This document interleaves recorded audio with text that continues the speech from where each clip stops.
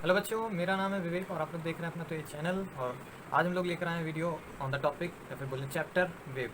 Wave बच्चों काफ़ी मुश्किल टाइप माना जाता है काफ़ी, क्योंकि बड़ा लेक्चर है, बड़ा चैप्टर होता है और कई सारे टीचर लोग इसको अलग अलग तरीके से भी पढ़ाते हैं। इस वजह से हो सकता है बच्चों को समझ नहीं आता है। बाकी एज सच इसमें कोई मोस्ट डिफिकल्टी नहीं है, बस आपको फॉर्मुलेस और जो मेथड्स हैं, जो चीज़ें हैं, उनको कंसेप्ट में दिमाग में याद रखना होगा। बाकी ईजी होता है, ठीक है। तो आज का ये जो वीडियो होगा ये सफिशिएंट होगा बच्चों, आपके प्रीवियस ईयर जितने भी क्वेश्चन होंगे नीट में, आईआईटी में, जहाँ पर भी आए हुए हैं, आप उसको देख के सॉल्व कर सकेंगे इस वीडियो को देखने के बाद, ठीक है। तो मैं यहाँ पर जितना भी फंडामेंटल है उस सबको पढ़ाऊंगा और हो सकेगा तो क्वेश्चन भी बीच बीच में लेते रहूँगा। और बाकी आप लोग पेन कॉपी लेके बैठ जाओ। अगर आपने वेव्स बिल्कुल भी नहीं पढ़ी है बच्चों, तो मैं कहूँगा आप कोई थ्योरी वीडियो देखें। और आज के इस वीडियो में जो होगा, हम कंसेप्ट रिवाइज नहीं करने वाले, हम कंसेप्ट बताते चलेंगे और साथ साथ उसका फंडामेंटली क्वेश्चन क्वेश्चन में कैसे उसका अप्लाई करते हैं वो देखने वाले हैं, ठीक है। तो जो बच्चे 11th जस्ट स्टार्ट किए हैं तो वो तो ये यहाँ पर मत पढ़ें। और बाकी जिन्होंने 12th पढ़ चुके हैं या फिर जो 11th का काफ़ी पोर्शन कवर अप कर चुके हैं, काइनेटिक्स, मैकेनिक्स वगैरह वगैरह, तो उनके लिए वीडियो, ठीक है।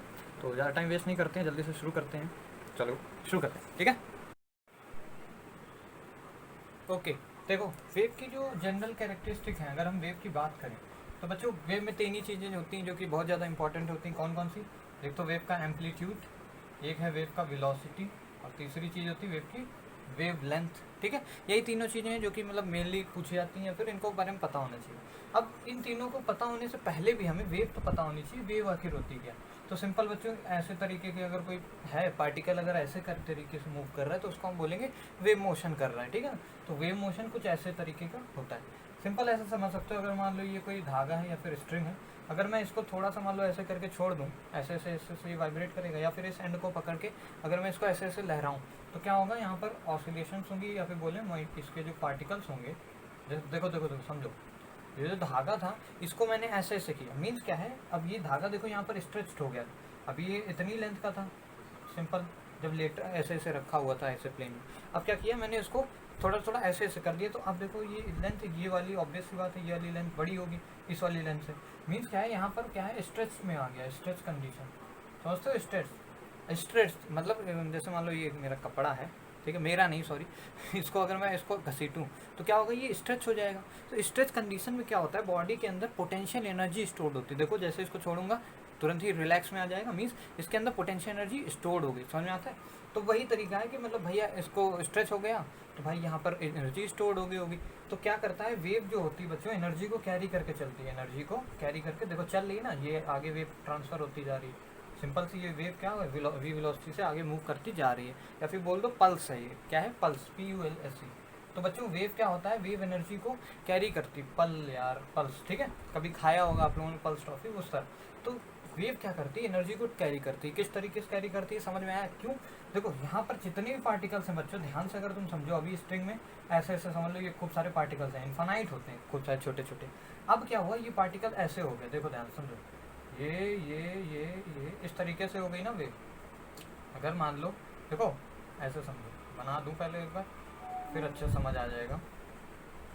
अगर देखो ध्यान से, थोड़ा काफ़ी जल्दी जल्दी करना पड़ेगा, ठीक है। देखो इस तरीके से यहाँ पर जब ऐसे रखा हुआ था बच्चों ये धागा, सिंपल यार समझ सकते हो, धागे समझ रहे हो ना, ऐसे करके रॉड है, उसको मैंने ऐसे पकड़ के एंड से ऐसे ऐसे घुमा, ठीक। तो अभी तो भाई स्ट्रेट वायर में रखा हुआ था, मस्त एकदम बढ़िया कंडीशन। अब क्या थी, अब वायर ऐसे ऐसे हो गया। अगर तुम पार्टिकल्स को देखो तो पार्टिकल्स क्या हुए, कुछ पार्टिकल ऊपर चले गए, है ना। ये इस फेज में इस पूरी एक पल्स के अंदर पार्टिकल सब क्या हुए, ऊपर की ओर शिफ्ट हुए। और यहाँ पर अगर तुम देखो, इधर पार्टिकल सबके सब नीचे की ओर शिफ्ट हो रहे हैं, देखो ध्यान से। अरे यार, एक तरफ नीचे शिफ्ट हो रहे हैं, एक तरफ ऊपर, यही बात तो बन रहा है, देखो इस तरह। तो यहाँ के जितने भी पार्टिकल थे वो किधर गए, ऊपर की ओर। मीन्स इधर वाले पार्टिकल का डिस्प्लेसमेंट ऊपर है और यहाँ के पार्टिकल्स का डिस्प्लेसमेंट नीचे है।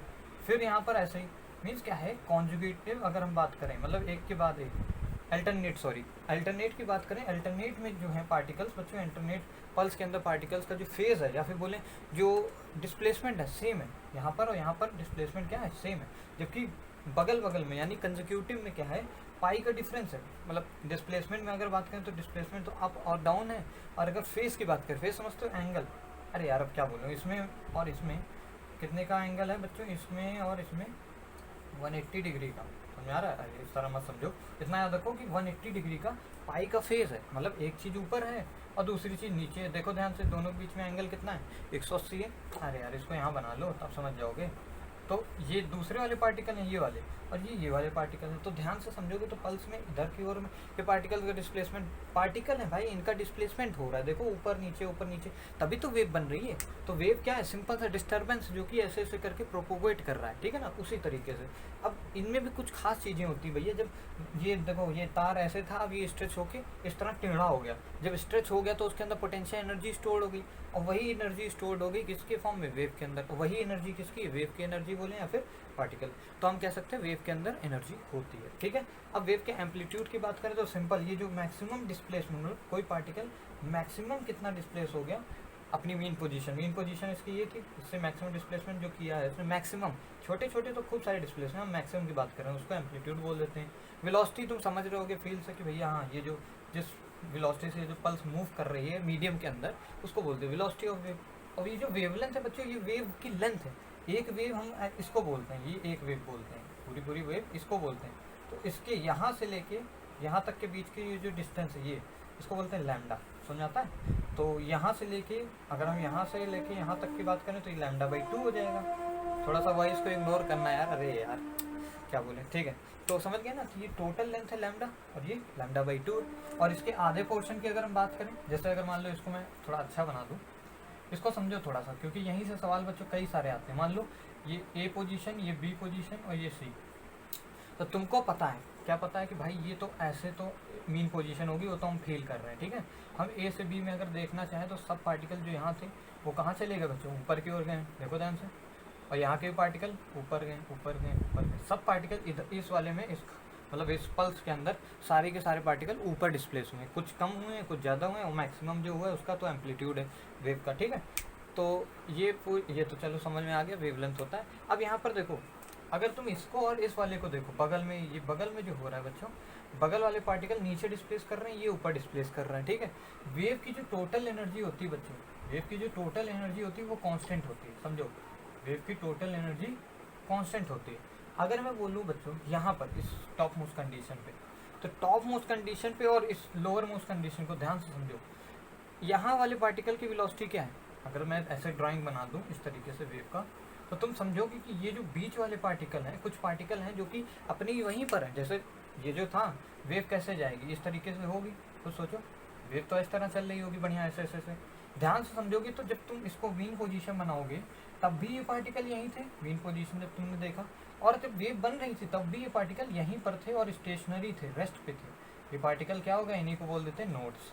नोड्स क्या है, सिंपल, अरे जो पार्टिकल भाई डिस्प्लेसमेंट ना करें उनको बोल देते हैं नोड, समझ रहे हो। कुछ पार्टिकल तो होंगे ना जो कि कहीं भी डिस्प्लेस करने हो, जैसे मेरा हाथ तुम देखो, तो तुम्हें तो वैसे तो मेरा हाथ पूरा मतलब अजीब टाइप का है, तो आपको समझ नहीं आएगा कि कहाँ नोड है कहाँ नहीं, और वैसे भी मैं लहर भी तो नहीं रहा हूँ, ठीक है। तो खैर यहाँ पर समझ सकते हो कि भैया ये पार्टिकल जो हैं इनका डिस्प्लेसमेंट नहीं हो रहा है मीन पोजीशन से, इस वजह से ये क्या है, नोड्स हैं, मीन्स ये रेस्ट पे हैं। रेस्ट में तो क्या इनकी काइनेटिक एनर्जी होगी, नहीं काइनेटिक एनर्जी नहीं होगी, बट बच्चों टोटल एनर्जी चूंकि कांस्टेंट होगी, टोटल एनर्जी को कांस्टेंट होना है, तो काइनेटिक जीरो होगी, तो पोटेंशियल यहाँ पर क्या होगी, मैक्सिमम होगी। समझो ऐसे क्वेश्चन पूछता है, ए पॉइंट पे पोटेंशियल मैक्सिमम, ऐसे बना देगा सवाल, ऑप्शन में होगा ए पे मैक्सिमम पोटेंशियल, ए पे मैक्सिमम काइनेटिक, तो समझ जाओगे ए पे काइनेटिक कितनी है बच्चों, जीरो है। काइनेटिक एनर्जी क्यों जीरो, अबे मूव भी नहीं कर रहा है तो इसकी वेलोसिटी कहाँ होगी, डिस्प्लेस ही नहीं हो रहा, वेलोसिटी नहीं, जीरो काइनेटिक एनर्जी। यहाँ के बच्चों जो बी पॉइंट के पार्टिकल है उसकी मैक्सिमम डिस्प्लेसमेंट है, मीन्स मैक्सिमम वेलोसिटी होगी, समझ में आ रही। तो यहाँ काइनेटिक एनर्जी बच्चों मैक्सिमम होगी, तो पोटेंशियल एनर्जी को क्या होना पड़ेगा, मिनिमम होना पड़ेगा। समझो इस पार्टिकल की बात कर रहा हूँ, इस पार्टिकल की बात की और इस पार्टिकल की, जो कि यहाँ पर और यहाँ पर प्रेजेंट है, उनकी बस खासियत बता रहा हूँ, ठीक है। अभी बहुत जनरली बता रहा हूँ ऐसी चीज़ें, बस फर्जी, ठीक है, ताकि कभी सवाल वाला है, अभी मैं सवाल करा के आपको दिखा दूंगा, तो आप लोग को समझ आया कि हाँ भाई ऐसा ऐसा हो सकता है, ठीक है ना। इतनी पॉसिबिलिटीज आप लोग नोट कर लो, और फिर हाँ आगे हम लोग चलते हैं, ठीक है, ओके। अब बच्चों कुछ चीज़ें और आप लोग याद रख लो, छोटी मोटी मैं बातें बता रहा हूँ। अगर मान लो कोई स्ट्रिंग है, अभी ये छोटी चीज़ नहीं बताई थी, अगर मान लो ये स्ट्रिंग है, थोड़ा इसको ऐसे ना बना के थोड़ा और अच्छा से बनाते हैं। मान लो कोई ये ऐसे स्ट्रिंग है, ठीक है, यहाँ पर चुन्नी सा तुमने क्या मास लटका दिया, तो यहाँ पर mg नीचे एक्ट कर रहा होगा, है कि नहीं। तो धागे में क्या होगा, टेंशन होगा, ऑब्वियसली होगा यार, T=mg होगा, क्योंकि ये रेस्ट पे, ठीक है।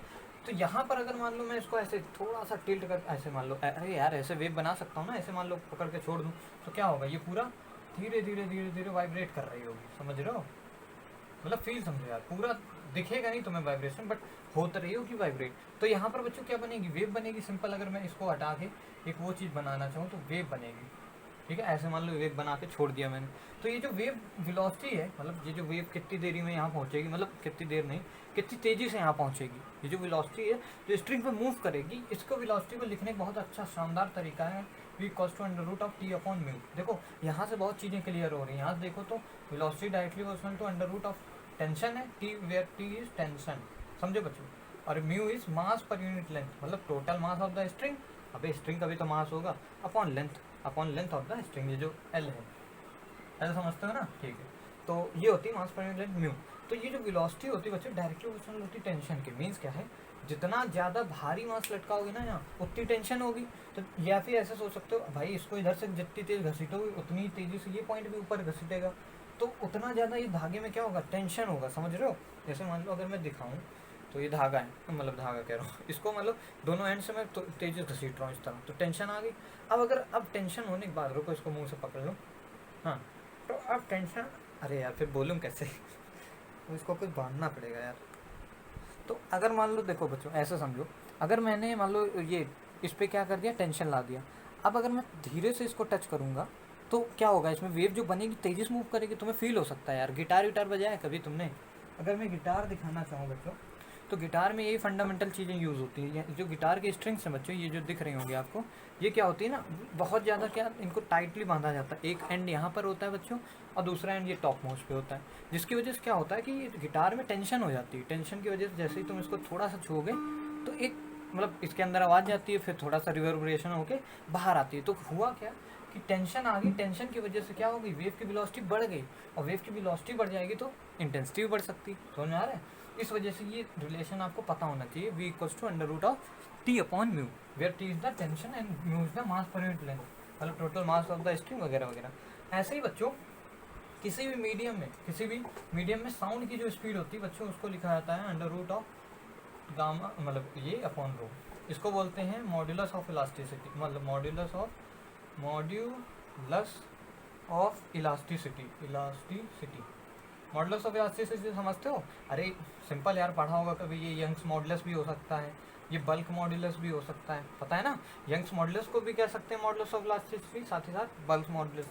यंग्स मॉडुलस किसके लिए होता है, जब सॉलिड के केस में हम बात करेंगे, ठीक है। सॉलिड के केस में मान लो एक कोई, अरे यार मुझे उठा लो, तो जब हम सॉलिड के केस में बात करेंगे कि वेलोसिटी ऑफ साउंड कितनी तेज है, जैसे मान लो एक ये बना लो सॉलिड, लोहा है मान लो, यहाँ से तुम चिल्ला रहे हो, क्या है यहाँ पर तुम, अरे यार मुंह कैसे बनाए, समझ लो ये तुम्हारा मुंह है, यहाँ से तुम क्या कर रहे हो, खुद तेज शाउट कर रहे हो, तो भाई इसके अंदर क्या होगा, साउंड ट्रेवल करेगी ना। जैसे ट्रेन की मान लो ये पटरी है, समझते हो, ट्रेन की ये पटरी है।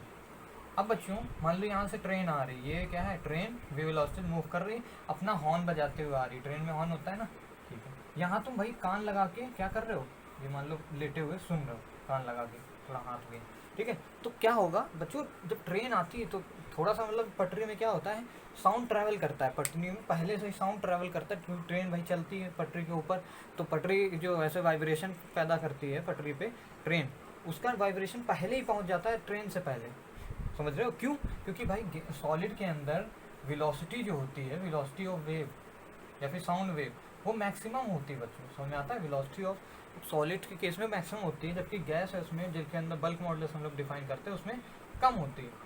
जैसे अभी मैं बोल रहा हूँ तो धीमे धीमे सुनाई दे रहा होगा, क्यों, क्योंकि यहाँ पर जो मीडियम मैंने यूज़ किया है वो एयर है, एयर में क्या होता है, कंप्रेशन और रेरिफैक्शन, समझ में आ रहा है। तो उस तरीके का वहाँ बल्क मॉडुलस आ जाता है। ये सिंपल यार, इतना समझो, जैसे under root T by mu था, वैसे ही अंडर रूट ऑफ, कभी अगर मान लो सॉलिड के केस में बात करें तो यंग्स मॉडुलस अपॉन रो है, डेंसिटी बच्चों, रो होती है डेंसिटी, डेंसिटी किसकी डेंसिटी, अगर सॉलिड के केस में बात करो तो इस मेटल रॉड की डेंसिटी, अगर मान लो गैसियस की बात कर रहे हो तो वेलोसिटी हो जाएगी under root of bulk modulus upon में रो। अब ये डेंसिटी हो जाएगी मीडियम की डेंसिटी, क्योंकि गैस भाई किसी मीडियम में होगी, मान लो यहाँ पर गैस है, उसकी वेलोसिटी बताओ, मतलब मेरा जो साउंड निकल रहा है मुँह से उसकी वेलोसिटी बताओ।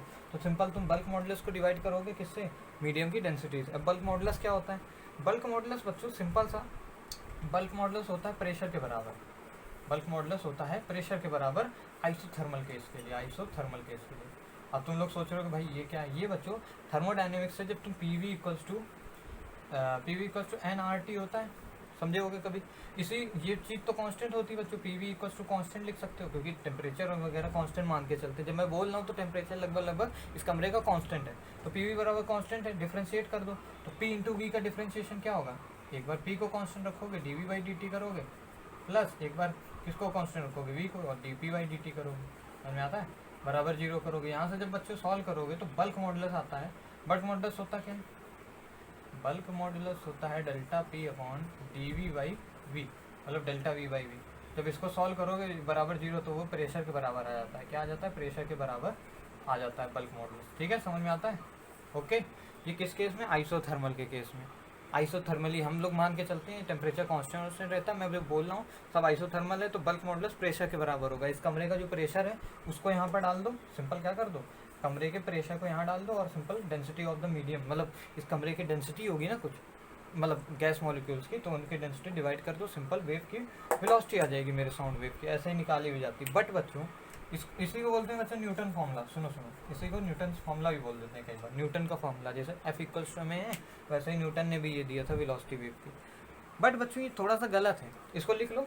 बट ये क्या है, थोड़ा सा गलत है बच्चों। यहाँ पर क्यों गलत है? देखो, जब हम साउंड बोल रहे हैं, जब बोल रहे हैं तो बहुत ही जल्दी से आपके पास साउंड तुरंत सुनाई दे रहा है, क्योंकि मैं बहुत स्पीड से बोल रहा हूँ और बहुत तुरंत आपके पास आवाज़ आ जा रही है। It means what? और जितने भी बच्चों तेज वाले प्रोसेस होते हैं वो एडियाबैटिक होते हैं, एडियाबैटिक होते हैं। समझो बात को, एडियाबैटिक प्रोसेस क्या होते हैं? फास्ट होते हैं। तो लैपलेस, एक नाम के साइंटिस्ट थे लैपलेस, उन्होंने क्या कहा, भाई न्यूटन साहब आपने क्या किया, आइसोथर्मल मान लिया कि भाई हाँ आइसोथर्मली गैस प्रोपोगेट कर रही है, तो आपने बल्क मॉडुलस की जगह प्रेशर डाल दिया और हाँ भाई सॉल्व कर लिया। आपका फॉर्मूला सही है, बट बल्क मॉडुलस की जगह प्रेशर नहीं डालोगे। इन्होंने बोला क्या डालोगे? बल्क मॉडुलस की जगह गामा टाइम्स ऑफ प्रेशर डालोगे, क्योंकि तुमको पता है एडियाबैटिक की स्लोप जो होती है वो गामा टाइम्स ऑफ आइसोथर्मल की स्लोप होती है, तो गामा वहीं से प्रोडक्ट आ जाता है। जो अब जो मतलब फॉर्मूला हो जाता है वो हो जाता है gamma P upon rho, where rho is the density. समझ में आ रहा है? नहीं समझे? अरे मैं कह रहा हूँ ये आइसो मतलब न्यूटन के हिसाब से, मतलब ये करेक्ट नहीं। इससे तुम जो साउंड की स्पीड आती है 324 मीटर पर सेकेंड, वो इससे तुम नहीं निकाल पाओगे, मतलब इससे गलत आएगा। ये करेक्शन, ये इसको बोलते हैं लैपलेस करेक्शन, ये सही फॉर्मूला है बच्चों। क्यों? क्योंकि जो साउंड जो टेम्परेचर, मतलब चलो वहाँ टेम्परेचर नहीं इंक्रीज कर रहा है ये समझ आ रहा है, बट जो साउंड का प्रोपोगेशन है वो बहुत फास्ट है बच्चों। तो ऐसे सिस्टम को हम आइसोथर्मल लेने की बजाय हम क्या मान लेते हैं? Adiabatic system. और एडियाबैटिक सिस्टम में जो बल्क मॉडुलस होता है बच्चों वो गामा टाइम्स ऑफ पी आता है। समझ में आ रहा है? यहाँ से पी वी, अभी ये कब आया था? जब तुमने P V equals to constant को क्या किया? डिफ्रेंशिएट। अब बच्चों एडियाबैटिक में क्या होता है? पी वी की पावर गामा बराबर कांस्टेंट होता है, शायद आपने कभी पढ़ा हो। तो अब जब डिफ्रेंशिएट करोगे तो गामा आगे आ जाएगा, तो वही चीज़ है यार, बल्क मॉडुलस बराबर गामा टाइम्स ऑफ प्रेशर। कोई बड़ी चीज़ नहीं है यार। देखो डेटा तो है, डेटा याद ही करना पड़ेगा, और क्या बताऊँ, और सिंपल है, कोई बहुत वो नहीं है। ठीक है ना? तो ये है करेक्ट रिलेशन किसके बीच में? Velocity of sound wave. Sound wave क्या है? Under root gamma, gamma gamma समझते हो, C P upon C V, वही gamma C P upon C V, इसका आपको पता होगा, इंटू पी अपॉन रो। इसी को बच्चों और तरीके लिख सकते हो, under root gamma R T by M.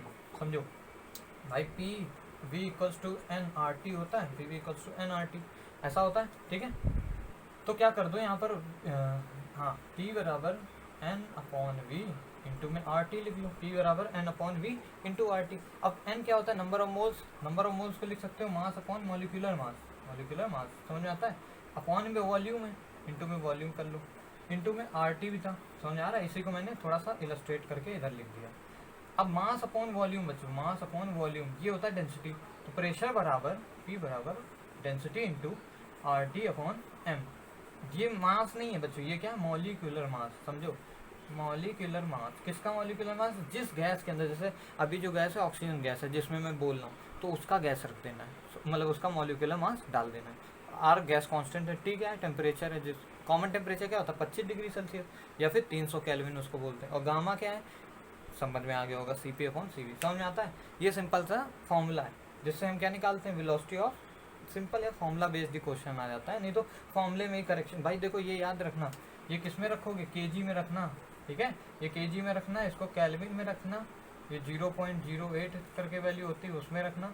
Gamma को भी निकाल लेना, गामा वैसे भी रेशियो होता है, चाहे कुछ में किसी में भी रखो, तो जो वेलोसिटी निकल के आएगी वो मीटर पर सेकंड में आएगी। सब कुछ ऐसा ही यूनिट में रखना, केजी में रखना, ग्राम में दिया होता है मॉलिक्यूलर मास। समझ आ रहा है। न्यूट्रॉन का जैसे ही होता है 14 ग्राम, तो 14 को किस में रखना, केजी में, 10⁻³ मल्टीप्लाई करके, समझ आता है। तो बस उसी पे ये चीज़ें हैं यार, इनको नोट कर लो। अब बाकी हम लोग आगे चलते हैं।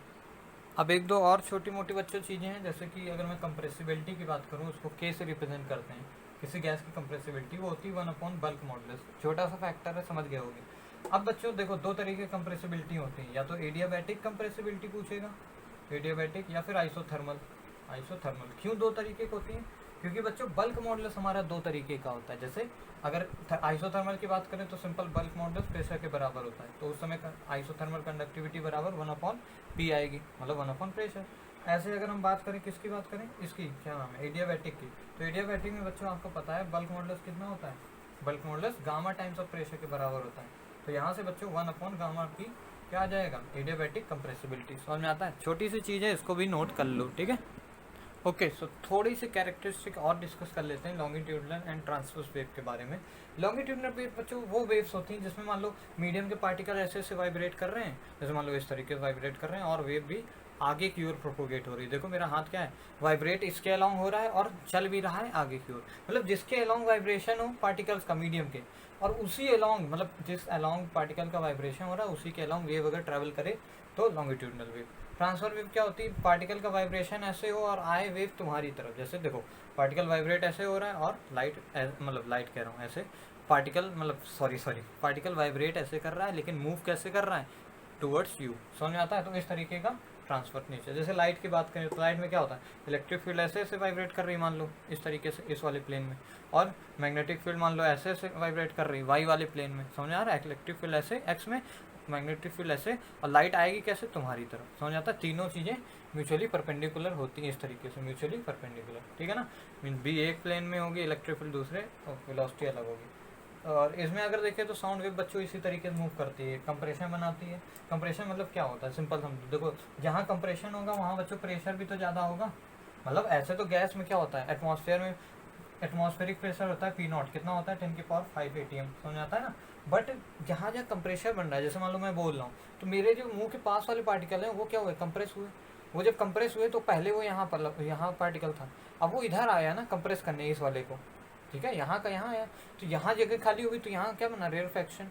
फिर क्या होगा, दोबारा से ये पीछे जाएगा, क्यों, एनर्जी जितनी, मतलब एनर्जी टोटल कांस्टेंट रखनी है, तो अभी इतना आया, फिर एनर्जी कांस्टेंट रखने के लिए उधर जाएगा, क्योंकि इधर आके पोटेंशियल बन गया, फिर काइनेटिक होगी, समझ आ रहा है, फिर काइनेटिक होगी, फिर अपनी जगह चला जाएगा, फिर ये वाले क्या होंगे, इधर जाएंगे, फिर इस तरीके से मतलब मूव करता जाता है, ठीक है ना, कंप्रेशन रेयरफैक्शन। तो जहाँ कंप्रेशन होगा वहाँ एटमॉस्फेरिक प्रेशर ज़्यादा होगा, जहाँ नहीं होगा वहाँ प्रेशर कम होगा, मतलब 10⁵ से ज़्यादा होगा, P0 + P प्रेशर होगा, और यहाँ P0 - P प्रेशर होगा। समझ में आ रहा है, प्रेशर डिक्रीज करेगा कहाँ पर, रेयरफैक्शन में। ऐसे छोटे सवाल आ जाते हैं, समझ में आता है। तो ये बेसिक क्या है, कैरेक्टरिस्टिक्स हैं। ओके, अब आगे देखते हैं। अब बच्चों कुछ चीज़ें और इम्पॉर्टेंट होती हैं, जिनमें से एक छोटी सी चीज़ यही है। सबसे पहले अभी तो बताया था कि हाँ, वेव की जो वेलोसिटी होती है किसी मीडियम में, गैसियस फेज में, साउंड वेव की वेलोसिटी होती है √γ RT/m, बताया था। इसी को कैसे लिख सकते हो, सिंपल सा, √γ P/r, γ क्या था, γ P/ρ था, ठीक है। तो ऐसा मत समझना कि भाई ये जो वेलोसिटी है वो डायरेक्टली √ऑफ प्रेशर है, अगर प्रेशर बढ़ाओगे तो वेलोसिटी बढ़ जाएगी, ऐसा कुछ नहीं होता। प्रेशर से इंडिपेंडेंट होती है बच्चों वेलोसिटी, प्रेशर से इंडिपेंडेंट होती है, समझ में आ रहा है। प्रेशर बढ़ाने पे डिपेंड नहीं करती है वेलोसिटी, याद रखना। टेम्परेचर के डायरेक्टली प्रोपोर्शनल होती है बच्चों वेलोसिटी, मतलब √ के टेम्परेचर के डायरेक्टली उसमें होती है, बट प्रेशर बढ़ाने से नहीं बढ़ती। क्यों, क्योंकि प्रेशर बढ़ाने के साथ साथ डेंसिटी भी उसी हिसाब से बढ़ जाती है, तो ये भी नीचे वाला भी बढ़ा, ऊपर वाला भी बढ़ा, ओवरऑल कांस्टेंट रह जाती है वेलोसिटी, ठीक है। याद रखना, प्रेशर से इंडिपेंडेंट होती है वेलोसिटी, कई बार ये क्वेश्चन डायरेक्टली पूछा गया। और जो टेम्परेचर अगर बढ़ाओगे तो क्या होगा, वेलोसिटी बढ़ेगी वेव की, ठीक है ना। तो ये चीज़ एक इंपॉर्टेंट थी जो कि बताना था, याद रखना है इसको। अब बच्चों एक नई चीज़ समझ लो यार, छोटा सा बात है, ये जो ΔΦ होता है, अभी आगे मैं जस्टिफाई करूँगा इसको, ठीक है। ΔΦ इसको बोलते हैं फ्लक्स कह रहा हूँ इसको बोलते हैं चेंज इन फेज या फिर फेज डिफरेंस, ठीक है ना, फेज डिफरेंस बोलते हैं। और जो ΔX होता है बच्चों, उसको हम लोग बोलते हैं पाथ डिफरेंस। अभी समझाऊंगा पाथ डिफरेंस, फेज डिफरेंस। ये डेल्टा फाई और डेल्टा एक्स में एक बहुत ही तगड़ा रिलेशन है जो कि बच्चों बहुत ज़्यादा यूज़ आएगा। इनके बीच में रिलेशन होता है delta phi equals to 2 pi upon lambda into delta X. याद रखो हमेशा के लिए, मतलब ये चैप्टर से कुछ भी ना याद हो, बस ये याद रखना हमेशा, डेल्टा फाई बराबर 2 pi upon lambda into delta x. समझ में आता है? ये बहुत ही इंपॉर्टेंट रिलेशन है किसके किसके बीच में, फेज डिफरेंस और पार्ट डिफरेंस के बीचों बीच में, ठीक है ना। ये बहुत ज़्यादा इंपॉर्टेंट है बच्चों, इसीलिए सोचा लिखवा दे रहा हूँ। अब बच्चों हम लोग जनरल छोटी मोटी और फॉर्मूले की बात कर लेते हैं जो कि इस चैप्टर के अंदर आते हैं। इनके डेरिवेशन पे नहीं जाएंगे अपन लोग, सिंपल से सबसे पहले बात कर लेते हैं पावर एंड इंटेंसिटी। पावर और इंटेंसिटी के फॉर्मूले को देख लेते हैं। तो तुमको पता है ये पावर क्या होता है, वाट में होता है, वाट, ठीक है ना। और इंटेंसिटी क्या होता है, पावर पर यूनिट एरिया, मतलब कितनी पावर है सिंपल पर यूनिट एरिया, ठीक है ना। तो वेव में अगर वेव की बात करें, जैसे ये वेव होती है सिंपल ऐसे ऐसे ऐसे ऐसे, ठीक है। तो वेव में जो पावर, जो मतलब वेव पावर कैरी करती है, जो एनर्जी कैरी करती है, उसका फॉर्मूला है simple 2 pi square N square A square where is the amplitude into rho into V velocity है इंटू में एरिया, एस क्या है एरिया, और मतलब इंटेंसिटी क्या हो जाएगा simple P upon A, power पर यूनिट एरिया, मतलब एस कट जाएगा सिंपल सा। तो ये हो जाएगा 2 pi square N square A square rho into V. देखो समझो बात को, ये इसलिए लिखवाया क्योंकि यहाँ से तुम डायरेक्टली कुछ चीज़ें देख सकते हो जो कि शायद आपको पहले से पता होंगी। ये भैया इसका डेरिवेशन भाई मत याद रखो, सिंपल इतना याद रखो 2 पाई स्क्वायर एन स्क्वायर वगैरह वगैरह। एन क्या है बच्चों, फ्रीक्वेंसी होती है, एन फ्रीक्वेंसी होती है, ठीक है।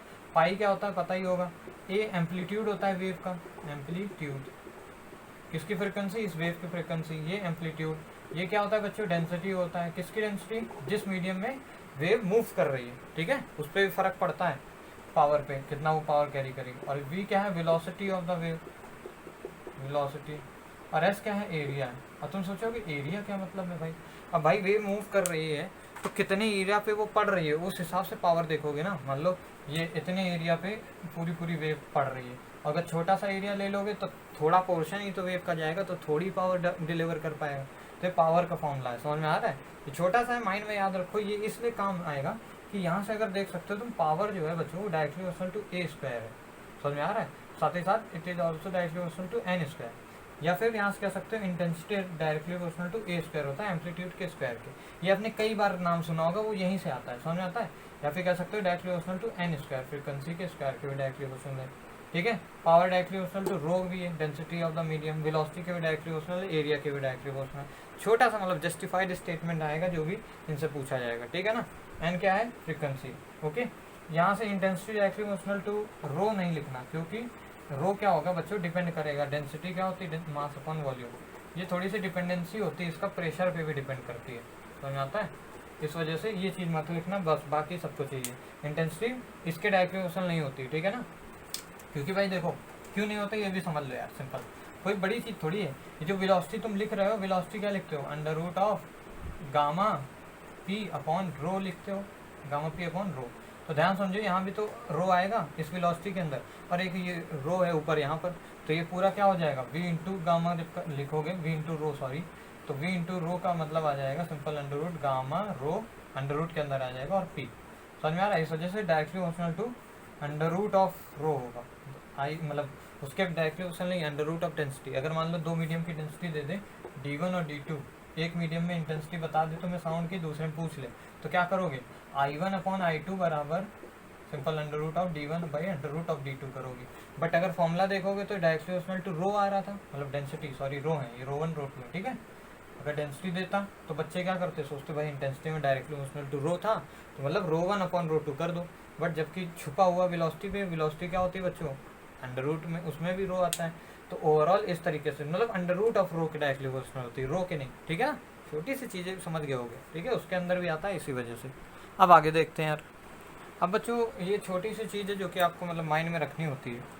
सिंपल अगर मान लो कोई पॉइंट सोर्स है, क्या है, पॉइंट सोर्स है जो कि क्या निकाल रहा है, साउंड की मान लो वेव निकाल रहा है, या फिर बोल दो लाइट की वेव निकाल रहा है, कोई पॉइंट सोर्स है। अरे बल्ब देखा है ना, तो चारों ओर मतलब स्फेरिकल शेप में ऐसे ऐसे पूरा, जैसे इलेक्ट्रिक फील्ड एक पॉइंट चार्ज कैसे बनाता है, इस तरीके से पूरे रीजन में ऐसे बाहर निकलते हुए, तो उसी तरीके से बाहर निकलते हुए समझ लो, फील करो कि हाँ ऐसा है। तो किसी एक्स अगर, और जो पॉइंट सोर्स की जो पावर है, पावर समझते हो ना, जो प्रोड्यूसिंग पावर है, जो सोर्स की पावर होती है, वो पी दिया हुआ है, पी इज द पावर। ऐसे ही यहाँ पर एक समझ लो लंबी सी कोई सोर्स है। जैसे ट्यूबलाइट, ट्यूबलाइट देखते हो तो ट्यूबलाइट लंबा सोर्स होता है भाई, सबसे क्या निकलता है उससे, प्लेनर वेव फ्रंट निकलते हैं लाइट के।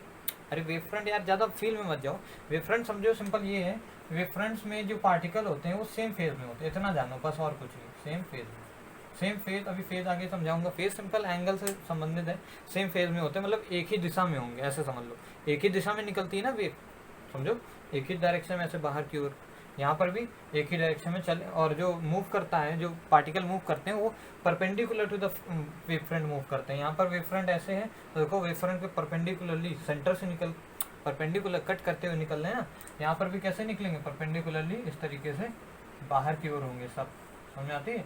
ये सिलेंड्रिकल वेव फ्रंट बनाएंगे, कैसे बनाएंगे, सिलेंड्रिकल वेव फ्रंट, और ये स्फेरिकल। तो किसी एक्स डिस्टेंस पे अगर इंटेंसिटी बताओगे तो इंटेंसिटी होता है क्या बच्चों, सिंपल पावर पर यूनिट एरिया। तो एक्स डिस्टेंस पे एरिया क्या हो जाएगा बच्चों, अब एक्स डिस्टेंस पे एक स्फेयर बनेगा, स्फेयर का एरिया क्या होता है 4πx² या फिर 4πr², where R is the radius of the sphere, समझ में आता है, स्फेयर यार एरिया, अरे इसी एरिया से तो निकलेगा स्फेयर का एरिया, वॉल्यूम नहीं, वॉल्यूम तो 4/3πr³, ठीक है। तो इंटेंसिटी क्या हो जाएगी, पावर अपॉन 4πx², समझ में आ गया होगा। ऐसे ही बच्चों सिलेंडर के केस में जो होता है इंटेंसिटी फॉर्मूला किसी एक्स डिस्टेंस पे, वो होता है 4π, मतलब सॉरी 4π कह रहा हूँ, p अपॉन मतलब power upon 2πx × l, 2πrl। अरे ये 2πrl क्या होता है, सिलेंडर का क्या होता है, ये जो कर्व सरफेस एरिया है, समझ में आ रहा है। तो यहीं से तो बाहर निकलनी है, टॉप मोस्ट जो πr² है उससे थोड़ी बाहर निकलनी है वेव्स, समझ में आ रहा है। तो हम कौन सा एरिया रखते हैं जहाँ से वेव मतलब प्रोपोगेट कर रही हैं, ये पास कर रही हैं, वहीं से तो इंटेंसिटी पर यूनिट एरिया। जैसे मार्कर से मान लो लाइट्स आ रही, तो मेरे हाथ से अगर टकरा के कितनी पर यूनिट लाइट्स बन रही हैं, मतलब पर यूनिट एरिया कितनी पड़ रही है, वही चीज़ है। तो पावर सोर्स की कितनी थी, पी, ऐसे पूछता है यार कई बार सवाल। तो यहाँ तुम्हें समझ आएगा कि पावर जो होता है पॉइंट सोर्स के लिए इंटेंसिटी जो होती है वो इन्वर्सली प्रोपोर्शनल होती है x² के, मतलब डिस्टेंस के स्क्वायर के इन्वर्सली प्रोपोर्शनल होती है। जबकि फॉर सिलेंड्रिकल, मतलब ये किसके थे, स्फेरिकल के लिए इंटेंसिटी क्या होती है x² के इन्वर्सली प्रोपोर्शनल, यहाँ पर x के इन्वर्सली प्रोपोर्शनल होती है, where l is the length of the tube, ये तो कांस्टेंट ही रहेगा, तो x ही तो वेरिएबल है, तो x के इन्वर्सली प्रोपोर्शनल होता है। या फिर ऐसे लिख सकते हो एम्पलीट्यूड जो होगा इस केस में बच्चों इन्वर्सली प्रोपोर्शनल होगा x के, और इस केस में एम्पलीट्यूड इन्वर्सली प्रोपोर्शनल होगा √x के। नहीं समझे, अरे इंटेंसिटी क्या होती है, डायरेक्टली प्रोपोर्शनल टू x² होती है, मतलब एम्पलीट्यूड स्क्वायर, तो यहाँ इंटेंसिटी इन्वर्सली प्रोपोर्शनल तो ये था, तो a² की जगह क्या रख सकते हो, √i, a की जगह सॉरी, a की जगह √i जैसे करोगे तो a is inversely proportional to x, यहाँ पर a is inversely proportional to √x आ जाएगा। समझ में आता है बच्चों, छोटी सी चीज़ है, ऐसे समझ गए होगे। अब अगर मान लो इसकी वेव की इक्वेशन लिखना हो, वेव की इक्वेशन क्या होती है, y = a sin ωt - kx, यही तो होती है। तो a क्या होता है, एम्पलीट्यूड, मान लेते हैं एम्पलीट्यूड कितना हो गया, अरे डायरेक्टली प्रोपोर्शनल का साइन हटाओ, k/x आ जाएगा। अरे k कोई कांस्टेंट है मान लो, यहाँ से भी a = k times of √x, इस तरह समझ आ रहा है। मैं सिंपल एम्पलीट्यूड लिख रहा हूँ और एम्पलीट्यूड आ गया, अब तो वेव की इक्वेशन लिख सकते हो, y = a की जगह k/x इंटू साइन में ωt माइनस का k, सिंपल। यहाँ पर भी लिख सकते हो y = a कितना है, k/√x और sine of ωt minus kx, ωt minus kx। समझ में आती है बच्चों बात। अरे ऐसे कई बार सवाल पूछा भैया इस केस में जो वेव्स निकल रही हैं, या फिर साउंड वेव तो नहीं है, वैसे लाइट वेव है, इस वेव की भैया इक्वेशन बता दो, तो सिंपल तुम्हें एम्पलीट्यूड पता चल जाए, बाकी तो साइन का साथ ये तो कांस्टेंट ही होता है हर वेव में, समझ आ रहा है। ये पूरा टर्म तो कांस्टेंट ही है, साइन का फंक्शन, क्योंकि भाई ये तो हमने लाइट वेव्स की बात कर ली इसलिए स्ट्रेट दिखाया, अगर ये साउंड वेव होती तो कैसे मूव करती, कुछ ऐसे ऐसे मूव कर रही होती, समझ आ रहा है। देखो साउंड वेव होती तो कुछ ऐसे चलती साइन की तरह, तो साउंड वेव में ऐसा इक्वेशन समझ में आता है। तो बस सिंपल है यार, एम्पलीट्यूड पता होना चाहिए था, उसके लिए इंटेंसिटी निकालना था, पावर अपॉन एरिया, एरिया हमने देख लिया सिर्फ स्फेयर के इसमें 4πx², ये बहुत इंपॉर्टेंट है भाई, कई बार पूछा गया डायरेक्टली रिजल्ट, ये I/4πx², मान लो x की डिस्टेंस दे देगा 2 मीटर दूरी पे, बताओ कितनी इंटेंसिटी होगी, ऐसे सवाल तो जो पावर दे देगा सिंपल। अब ये ना सॉल्व कर पाओ तो क्या ही यार, ठीक है ना। तो बहुत ईजी आएगा, इस तरीके के सवाल आते हैं, इसको भी नोट कर लो यार। अब आगे देखते हैं। अब बच्चों थोड़ा सा लाउडनेस के ऊपर भी कभी कभी सवाल आ जाता है, लाउडनेस लेवल, LEVEL होता है लाउडनेस लेवल, सिंपल सवाल आएगा यार। लाउडनेस का जो फॉर्मूला होता है बच्चों वो होता है L = 10 log 10 बेस पर I/I0।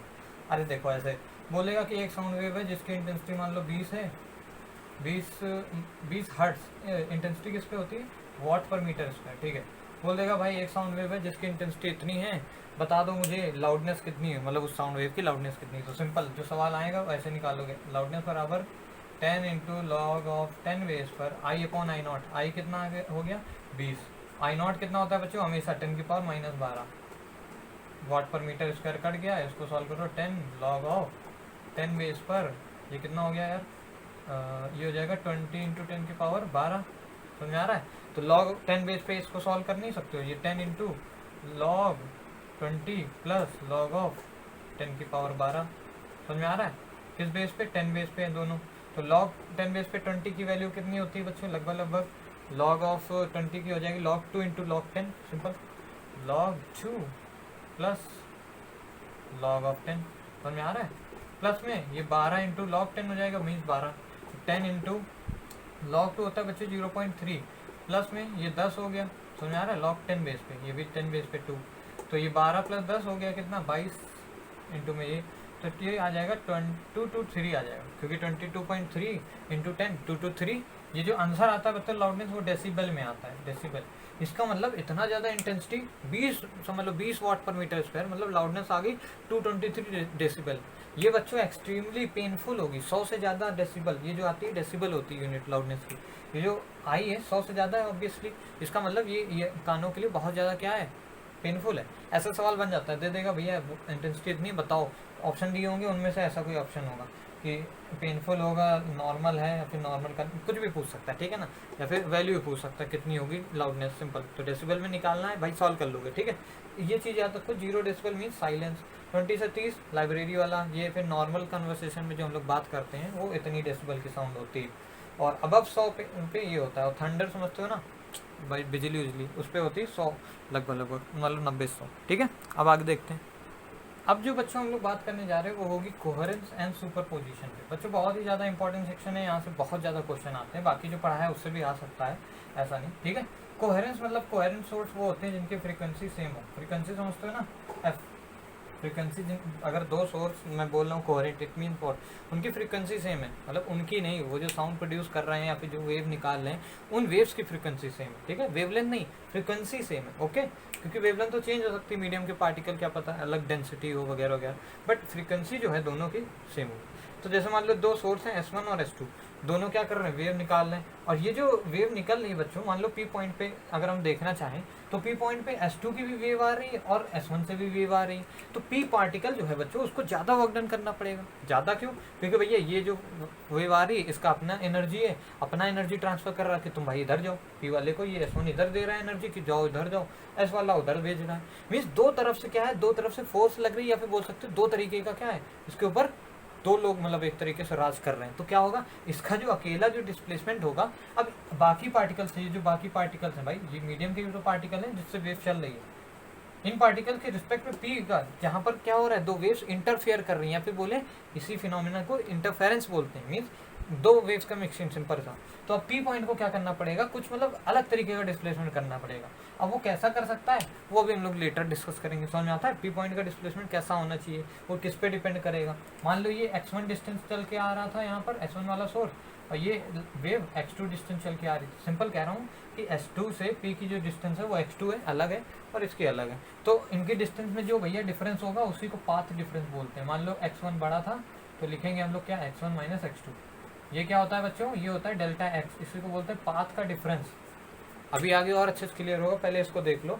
मान लो ये कोई वेव है, ये कोई पल्स है, सिंपल सी ऐसा A1 एम्पलीट्यूड की पल्स है जो कि ऐसे जा रही है v वेलोसिटी से। ये A2 एम्पलीट्यूड की पल्स है जो कि इधर ही आ रही है इसी स्ट्रिंग में। मतलब दो पल्स हमने बना दी, एक कोई उधर से ऐसे किया, मैंने नीचे से ऐसे किया, समझ आ रहा है, एक कोई नीचे से एक कोई ऊपर से, ठीक है, आ रही है ऐसे। वेलोसिटी सेम है लेकिन एम्पलीट्यूड डिफरेंट है। तो जब बच्चों मिलेंगी यहाँ पर, मान लो कहीं जब कॉन्टैक्ट होगा तो जो रिजल्टेंट एम्पलीट्यूड बनेगा वो बच्चों क्या होगा, जो मान लो यहाँ पर मिल गई ये वाली और ये वाली मिल गई, और जो रिजल्टेंट एम्पलीट्यूड होगा बच्चों वो एम्पलीट्यूड कितना होगा, सिंपल A1 माइनस A2। समझ में आ रहा है क्यों A1 माइनस A2 हुआ? तुमको फील भी आ रही है कि भाई ये अपोजिट है, इसमें नेगेटिव में एम्पलीट्यूड है ना। अरे ऊपर x एक्सिस पॉजिटिव, नीचे y एक्सिस नेगेटिव, तो ये एम्पलीट्यूड y में पॉजिटिव में मीन्स ये पॉजिटिव एम्पलीट्यूड, ये नेगेटिव। तो ओवरऑल जो एम्पलीट्यूड होगा वो क्या हो जाएगा, वेक्टर सम होता है, तो वेक्टर सम क्या एकदम समझ लो ऐड हो गया, ये माइनस टाइम्स करके ऐड हो गया। ओके सिंपल, यहाँ पर क्या होगा, कम एम्पलीट्यूड का वेव बनेगी, ठीक है, बीच में रिजल्टेंट। अगर मान लो एम्पलीट्यूड A1 है A2 है और दोनों पॉजिटिव होते हैं तो बीच में जो वेव बनती है बच्चों वो क्या होती है, मतलब उसका एम्पलीट्यूड जो होगा क्या होता है बच्चों, A1 प्लस A2, मतलब A1 और A2 के सम में होता है, ठीक है ना, मतलब समझ आता है। अब बच्चों इसी पे छोटे मोटे इलस्ट्रेशन पूछता है, क्वेश्चन पूछता है कि भैया देखो तो शुरुआत इस जगह पे जहाँ पर वेव बन रही है, ये जो रिजल्टेंट वेव है इसको बोलते हैं रिजल्टेंट। जो रिजल्टेंट वेव है बच्चों बताओ, इसमें काइनेटिक एनर्जी ज़्यादा होगी, पोटेंशियल ज़्यादा होगी, कहाँ पर होगी ज़्यादा? ऐसा ऐसा सिंपल सी बात है यार। पहले इतना ज़्यादा सोचो स्ट्रेस था, समझ आ रहा है? पहले ज़्यादा स्ट्रेस था, ये ऑब्वियस सी बात है कम होगा, क्योंकि क्या हो रहा है A1 माइनस A2 हो गया, ठीक है। मीन्स A1 से कम ही स्ट्रेच होगा। जितना ज़्यादा स्ट्रेच होगा, अभी वही बताया, जितना स्ट्रेच होती चीज़ उतनी ज़्यादा पोटेंशियल एनर्जी होती। मीन्स यहाँ पोटेंशियल एनर्जी ज़्यादा है, यहाँ पर क्या होगी? ऑब्वियस सी बात है पोटेंशियल एनर्जी क्या हो जाएगी बच्चों? मिनिमम हो जाएगी। मिनिमम मतलब कम, मिनिमम मतलब एकदम मिनिमम नहीं, कम लिख लो यार, जो भी मन करे, ठीक है। और जब पोटेंशियल कम है तो ज़्यादा क्या होगी? ऑब्वियस सी बात है काइनेटिक ज़्यादा होगी। क्यों ज़्यादा होगी? क्योंकि टोटल एनर्जी वेव की कांस्टेंट रखनी है। भले इंटरफेयर कर रही हैं, भले ही दो वेव्स अलग अलग आ रही हैं, बट आ तो नहीं एक ही मीडियम के पार्टिकल्स के साथ ही, तो उनको क्या करना पड़ेगा बच्चों? दोनों को अपनी मतलब टोटल एनर्जी कांस्टेंट रखनी है। तो या तो क्या होगा? पोटेंशियल देखो पहले ज़्यादा थी, यहाँ पर पोटेंशियल कम थी, मीन्स यहाँ काइनेटिक ज़्यादा थी, यहाँ काइनेटिक कम थी। तो जब मिली तो ऐसे मिली कि भाई काइनेटिक क्या हो गई? कम हो गई, मतलब काइनेटिक ज़्यादा होगी और पोटेंशियल ओवरऑल डिक्रीज करेगा। क्यों? क्योंकि कम स्ट्रेस है। देखो इससे कम स्ट्रेस है तो इसके मुकाबले यहाँ पोटेंशियल कम है, ऐसा सोच सकते हो। यहाँ पर देखोगे तो बस भैया यहाँ तो खूब ज़्यादा खिंच गया धागा, ऐसे सोचो खूब ज़्यादा स्ट्रेस हो गया, तो यहाँ पोटेंशियल एनर्जी क्या होगी बच्चों? मैक्सिमम या फिर ज़्यादा होगी, ज़्यादा, और काइनेटिक क्या हो जाएगी? ऑब्वियसली कम हो जाएगी। अभी कोई एक ज़्यादा तो दूसरी ऑब्वियसली कम होगी। ऐसे ही क्वेश्चन आता है, तुम लोग ने शायद बता दिया, ठीक है ना, कहाँ ज़्यादा कहाँ कम। मतलब इस केस में पोटेंशियल कम, इस केस में काइनेटिक कम हो जाएगा। ओके, क्लियर है? इससे ज़्यादा कोई मुश्किल नहीं आता। यही देखो कितना कौन खिंच गया है, ठीक है। और कुछ नहीं पूछ लेगा आपसे। ओके, समझ आता है? अगर मान लो ये A1 A2 सेम होते, A1 और मान लो ये भी A1 एम्पलीट्यूड है, ये भी A1 है, और दोनों आते मिलते, तो भैया यहाँ तो जीरो, मतलब A1 माइनस A1 करते तो क्या मिलता? एम्पलीट्यूड जीरो मिलता।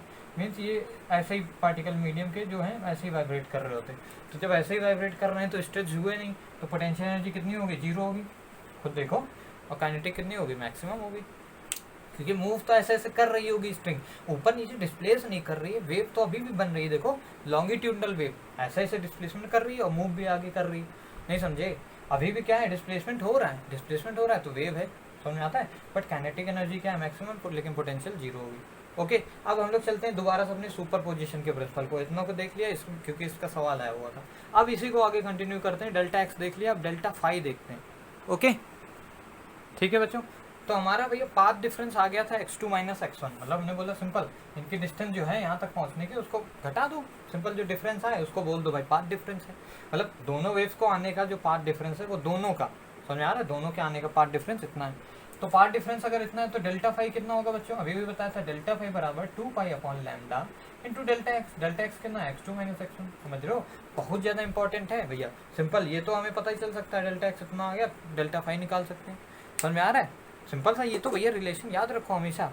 अब चलो खैर ज़्यादा बकवास हो गई, यहाँ समझो। यहाँ देखो, मान लो ये जो वेव थी उसका जो इक्वेशन थी वो y1 बराबर A1 साइन ओमेगा टी करके कुछ भसा वसा लिखा था, ये थी। दूसरी वाली इक्वेशन ये वाली जो y2 आ रही, इसकी इक्वेशन थी y2 बराबर A2 into sine of something भसड़, ठीक है। मतलब इनका डिस्प्लेसमेंट भी अलग है और A1 A2 मतलब इनका एम्पलीट्यूड भी अलग अलग था। यहाँ पर आके अब जो रिजल्टेंट ये जो पार्टिकल P है वो किधर मूव करेगा? देखो ये वेव कह रही इधर जाओ, ये वेव कह रही इधर जाओ, ये मूव कुछ अलग ही करेगा। मीन्स इसका जो रिजल्टेंट है वो क्या होगा वो हमको देखना है, ठीक है। कब होगा, क्या होगा, सब कंडीशन देखते हैं। सिंपल वाई आर देखना है, तो वाई आर सिंपल सा होता है y1 प्लस y2 को क्या कर दो? वेक्टर सम कर दो। वेक्टर सम समझते हो?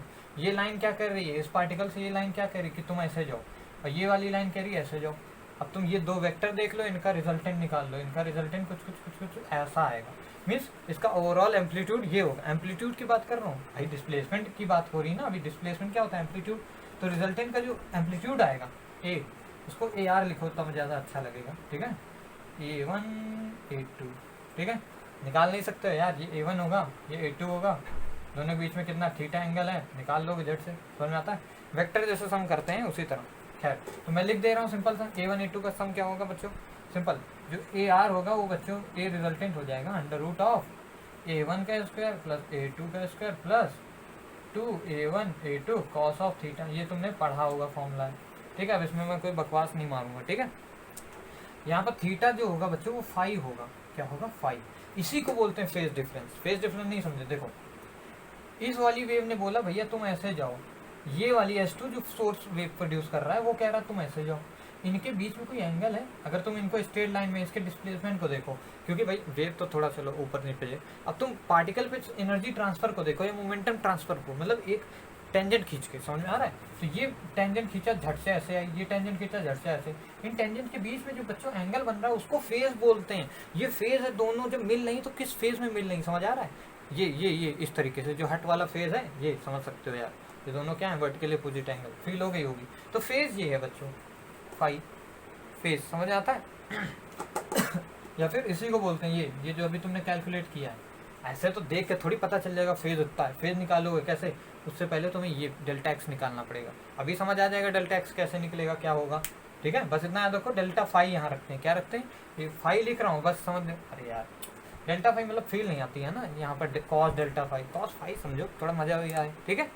ऐसे ही बच्चों ये जो फाई है, अगर तुम्हें ये लिखना हो, या फिर बोले फाई कैसे आता है, सिंपल, फाई नहीं सॉरी थीटा, ये क्या आ गया, एम्पलीट्यूड आ गया रिजल्टेंट वेव का। तो रिजल्टेंट वेव की इक्वेशन कैसे लिखोगे, वाई आर बराबर A R into sine of omega T minus का थीटा, ऐसे लिखोगे तुम, sine of omega T minus का थीटा, नहीं समझे? चलो sine of omega T minus K X और माइनस का थीटा लिखोगे तुम, मतलब समझो ये था A2 sine of omega T minus K X one लिख दो क्योंकि x1 था डिस्प्लेसमेंट, नहीं के x2 है, ये sine of omega T minus K x2 है, समझ आ रहा है? अरे हम इक्वेशन की बात कर रहे हैं y1 y2 की। एम्पलीट्यूड कैसे निकालोगे, समझ आता है? इसका एम्पलीट्यूड देखोगे, मान लो ये 2 है, ये एम्पलीट्यूड 3 है, तो 2 और 3 का वेक्टर सम करोगे, समझ आ रहा है? पहले फाई कैसे निकालोगे वो तो यहाँ की बात है, यहाँ क्या रखोगे, फाई रखोगे। A1 A2 कैसे रखोगे, ये और ये दो इक्वेशन दी रहेगी, तुमसे बोलेंगे इनका इंटरफेरेंस हो रहा है, बताओ मैक्सिमम बनेगा कि मिनिमम, यही वो कंडीशन है। तो पहले तो तुम इनका एम्पलीट्यूड उठाओगे इक्वेशन देख के तुरंत कि हाँ भाई आ गया, फिर ये निकाल के ये मतलब इसको रखोगे, इसमें कॉस फाई निकालोगे, फाई कहाँ निकालोगे, यहाँ से निकालोगे, अभी समझा रहा हूँ कैसे निकलता है, सिंपल। तो ये समझ आया, एम्पलीट्यूड आ जाएगा, तो समझ लो इतना तो पहुँच गए तुम, मतलब रिजल्टेंट वेव जो बन रही है उसका एम्पलीट्यूड निकाल लिया, ठीक। फिर ये जो साइन के अंदर है जब बच्चों, ये क्या है, sign omega T minus theta आएगा, समझ रहे हो?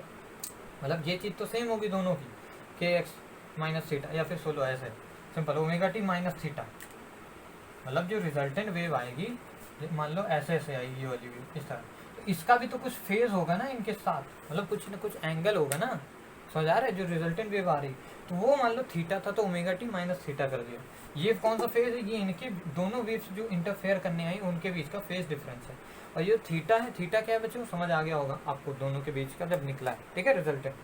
तो ये जो थीटा होता है बच्चों, इस थीटा को निकालने का तरीका सिंपल है, ये tan inverse of A2 sine phi upon में A2 साइन फाई अपॉन में A1 plus A2 cos phi.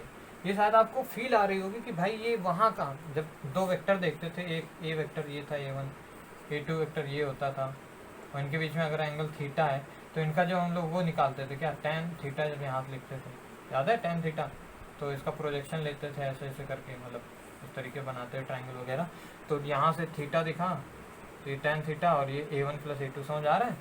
अरे फील आ गई होगी कि हाँ भाई वहाँ से वेक्टर वाला फॉर्म यूज़ किया है, सिंपल ये फॉर्मूला होता है थीटा को लिखने का। मीन्स हम रिजल्टेंट जो वेव बन रही है उसकी इक्वेशन लिख सकते हैं पूरी कायदे कानून के साथ, AR निकाल लेंगे ऐसे, ये AR निकाल लेंगे, ठीक है? इतना समझ आया रिजल्टेंट वेव का? ये अभी क्वेश्चन कराते ही समझा दूंगा अच्छे से, ये समझ आ गया कि नहीं? ठीक है, चलो अब बच्चों एक चीज़ समझो, यहाँ समझना, इसी से सब कुछ खेल है, ये चीज़ लिखी बहुत तगड़ी है। अगर हम cos फाई की बात करें तो cos फाई मैक्सिमम कितना हो सकता है, प्लस का 1, मिनिमम क्या हो सकता है, माइनस का 1, हाँ माइनस का 1, अरे जीरो थोड़ी बोलोगे, जीरो से भी तो नीचे जा सकता है, तो मैक्सिमम किस में आ रहा है बच्चों, जब cos फाई प्लस 1 है।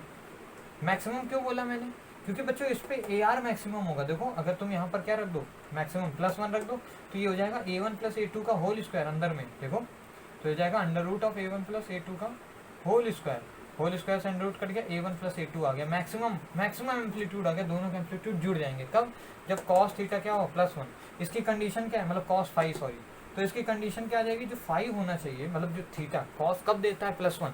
देखो cos एक बार तो 0 डिग्री पे देता है, जब थीटा इक्वल्स टू 0 डिग्री रखोगे तो cos 0 1 होता है। उसके बाद बच्चों cos पता है कब देता है, उसके बाद cos देता है 2 पाई पे, cos ऑफ 360 पे फिर से 0 डिग्री देता है, समझो cos 0 पे 1 देता है, फिर cos ऑफ 360 पे फिर प्लस 1 देता है, फिर 4 पाई पे देता है, फिर 6 पाई पे देता है।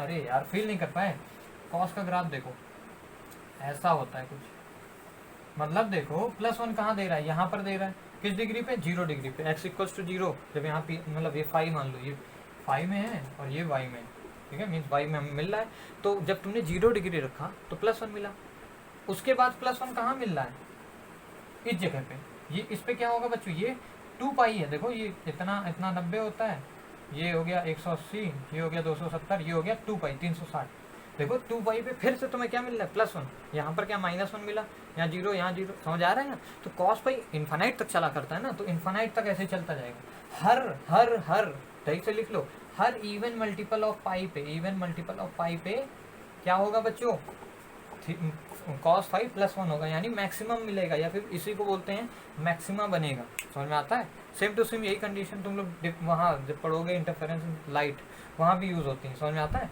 कि cos फाई पे क्या मतलब फाई जब तुम्हारा इवन मल्टीपल ऑफ पाई होगा तो क्या मिलना है तुमको, मैक्सिमा मिलेगा। इसी को दूसरी तरीके से इंटरप्रेट कर सकते हो, अगर मान लो फाई तुम्हारा क्या आ रहा है, ये इवन मल्टीपल पाई, इसी को लिख सकते हो सिंपल 2n पाई। अरे भाई n कोई भी मल्टीपल n इक्वल्स टू 0 रखोगे तो ये मिलेगा, n इक्वल टू 1 रखोगे तो ये 2 पाई मिलेगा, n इक्वल टू 2 रखोगे तो ये मिलेगा, मतलब सारे कवर हो जाएंगे, सिंपल 2n पाई लिख दो तो, ठीक है।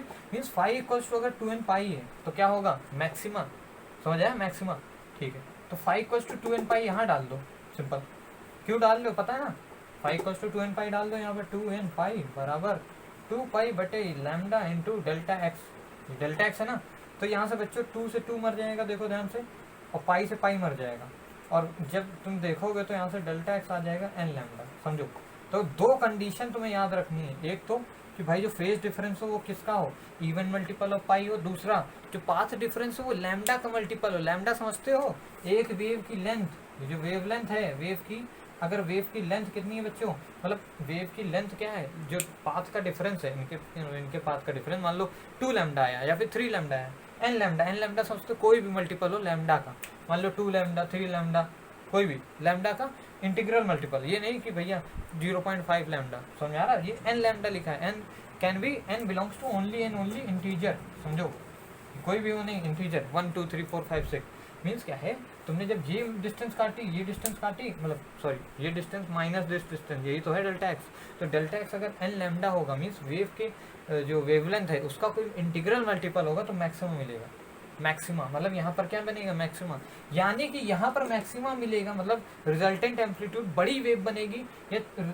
डिस्ट्रक्टिव इंटरफेरेंस होगा, ये डिसाइड करता है कौन, एक तो पाथ का डिफरेंस, दूसरा फेज का डिफरेंस।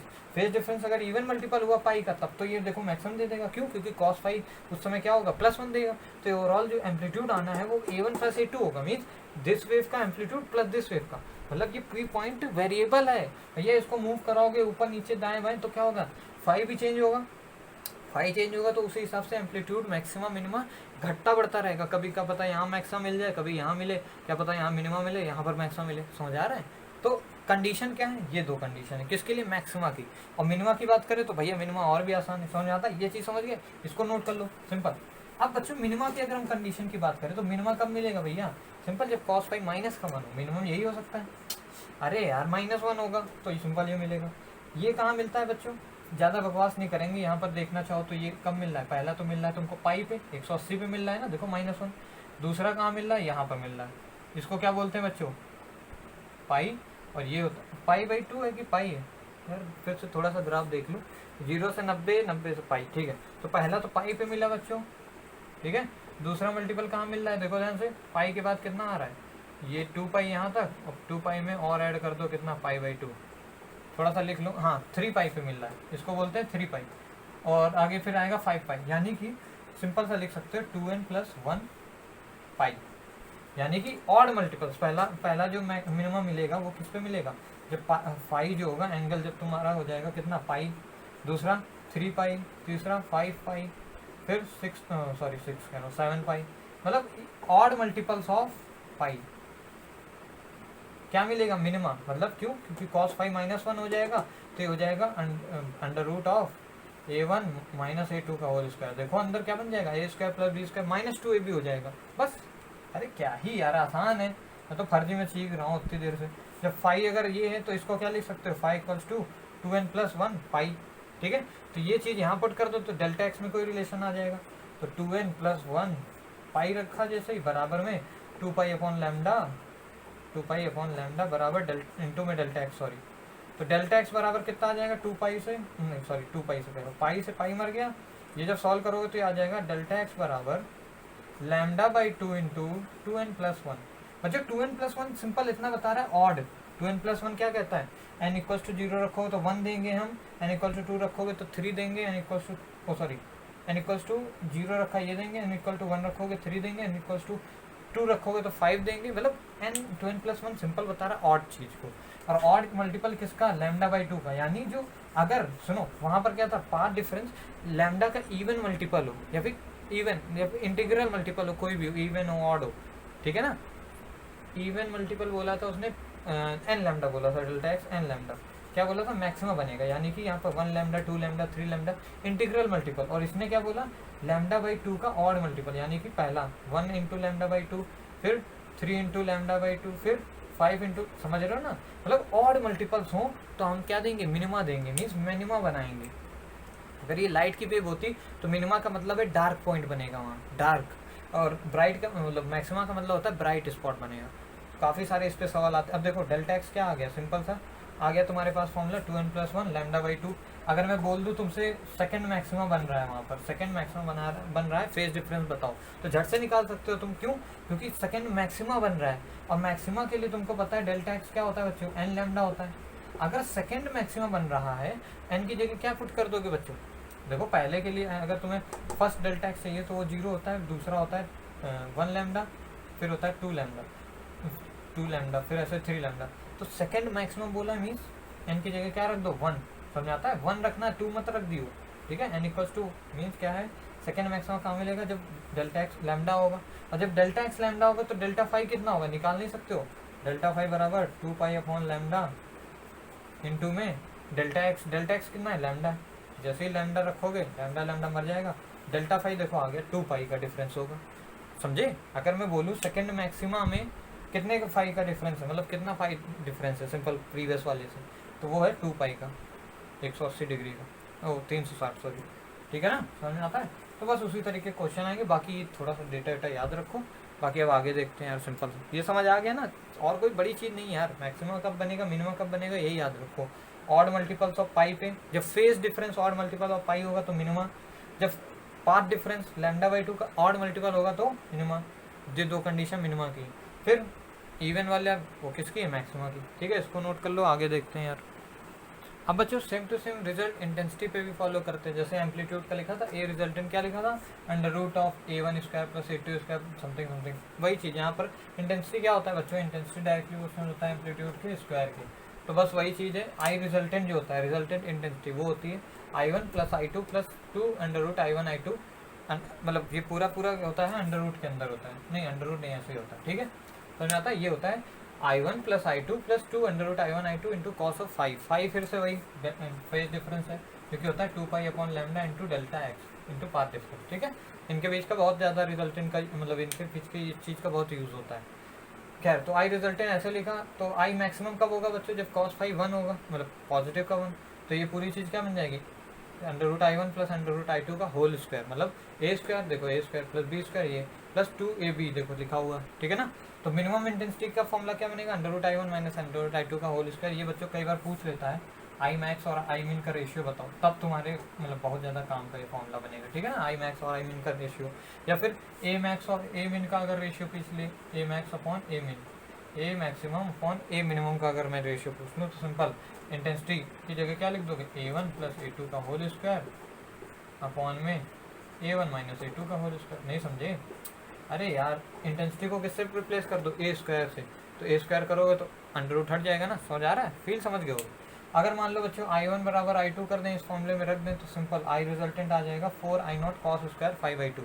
इस 5 को क्या करते हैं हम लोग, इसके मतलब हाफ एंगल में चेंज कर देते हैं, कॉस ऑफ 5 को चेंज कर देते हैं हाफ एंगल में, तो 2 times of cos square 5/2 minus 1 something करके चेंज कर देते हैं। उसमें जब करते हैं तो इंटेंसिटी का जो फॉर्मूला आता है वो सिंपल यही formula I resultant 4i0 into cos square 5/2। अब फिर से वही बात, जैसे हमने यहाँ देखा आई मैक्सिमम कितना किया था, जब कॉस 5 क्या हो जाए 1 हो जाए। अरे सिंपल देखो, यही तो वेरिएबल चीज़ आ रही है। अगर इसको हम मैक्सिमम कर दें तो रिजल्टेंट मैक्सिमम हो जाएगा, कितना, इतना। समझ आ रहा है? तो बस ये अब रिजल्टेंट इतना आ गया। तो अगर ये कॉस ऑफ ये जो बकैती है जो भी, ये मैक्सिमम +1 हो सकता है, कॉस स्क्वायर हो चाहे कॉस हो यार, मैक्सिमम +1 हो सकता है, मिनिमम 0 मिनिमम -1 हो सकता है। तो मैक्सिमम जब होगा बच्चों तो क्या देगा, मैक्सिमम इंटेंसिटी देगा 4I0। और मिनिमम के लिए 0 क्यों लिखा, क्योंकि मिनिमम के लिए -4I0 आएगा अगर तुम -1 रखो। और माइनस इंटेंसिटी का कोई सिग्निफिकेंस नहीं होता, मतलब ही नहीं होता। इंटेंसिटी 0 होता है ना, इंटेंसिटी बाई 0 होगी, मतलब डार्क स्पॉट। समझ में आता है? तो देखो मैक्सिमम मिनिमा कब मिलेगा, 4I0 का मिलेगा। मतलब मैं कह रहा हूँ जब मान लो दो सोर्स हैं S1 S2 जिनकी इंटेंसिटी सेम है, तो किसी P पॉइंट पे अगर मान लो मैक्सिमा बन रहा है, तो मैक्सिमा के बाद जो रिजल्टेंट इंटेंसिटी होगी वो 4I0 होगी, एकदम डेडली श्योर है, ठीक है ना।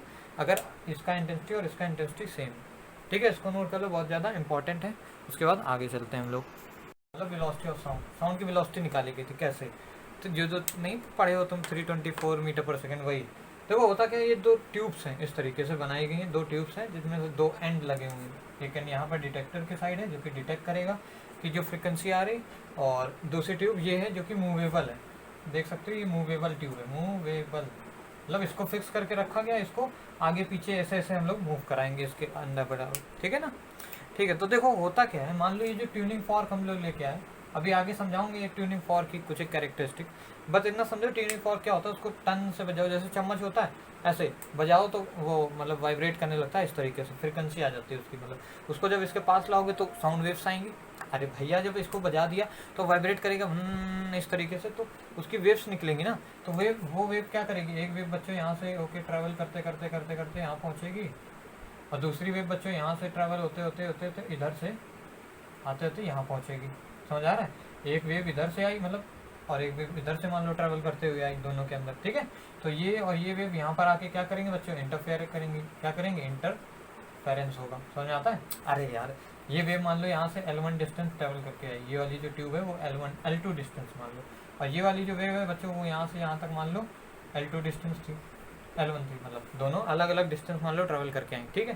तो अगर यहाँ पर मान लो डिटेक्टर ने कुछ भी नहीं डिटेक्ट किया, इसका मतलब क्या है, यहाँ पर जो इंटरफेरेंस हो रहा है मिनिमम है।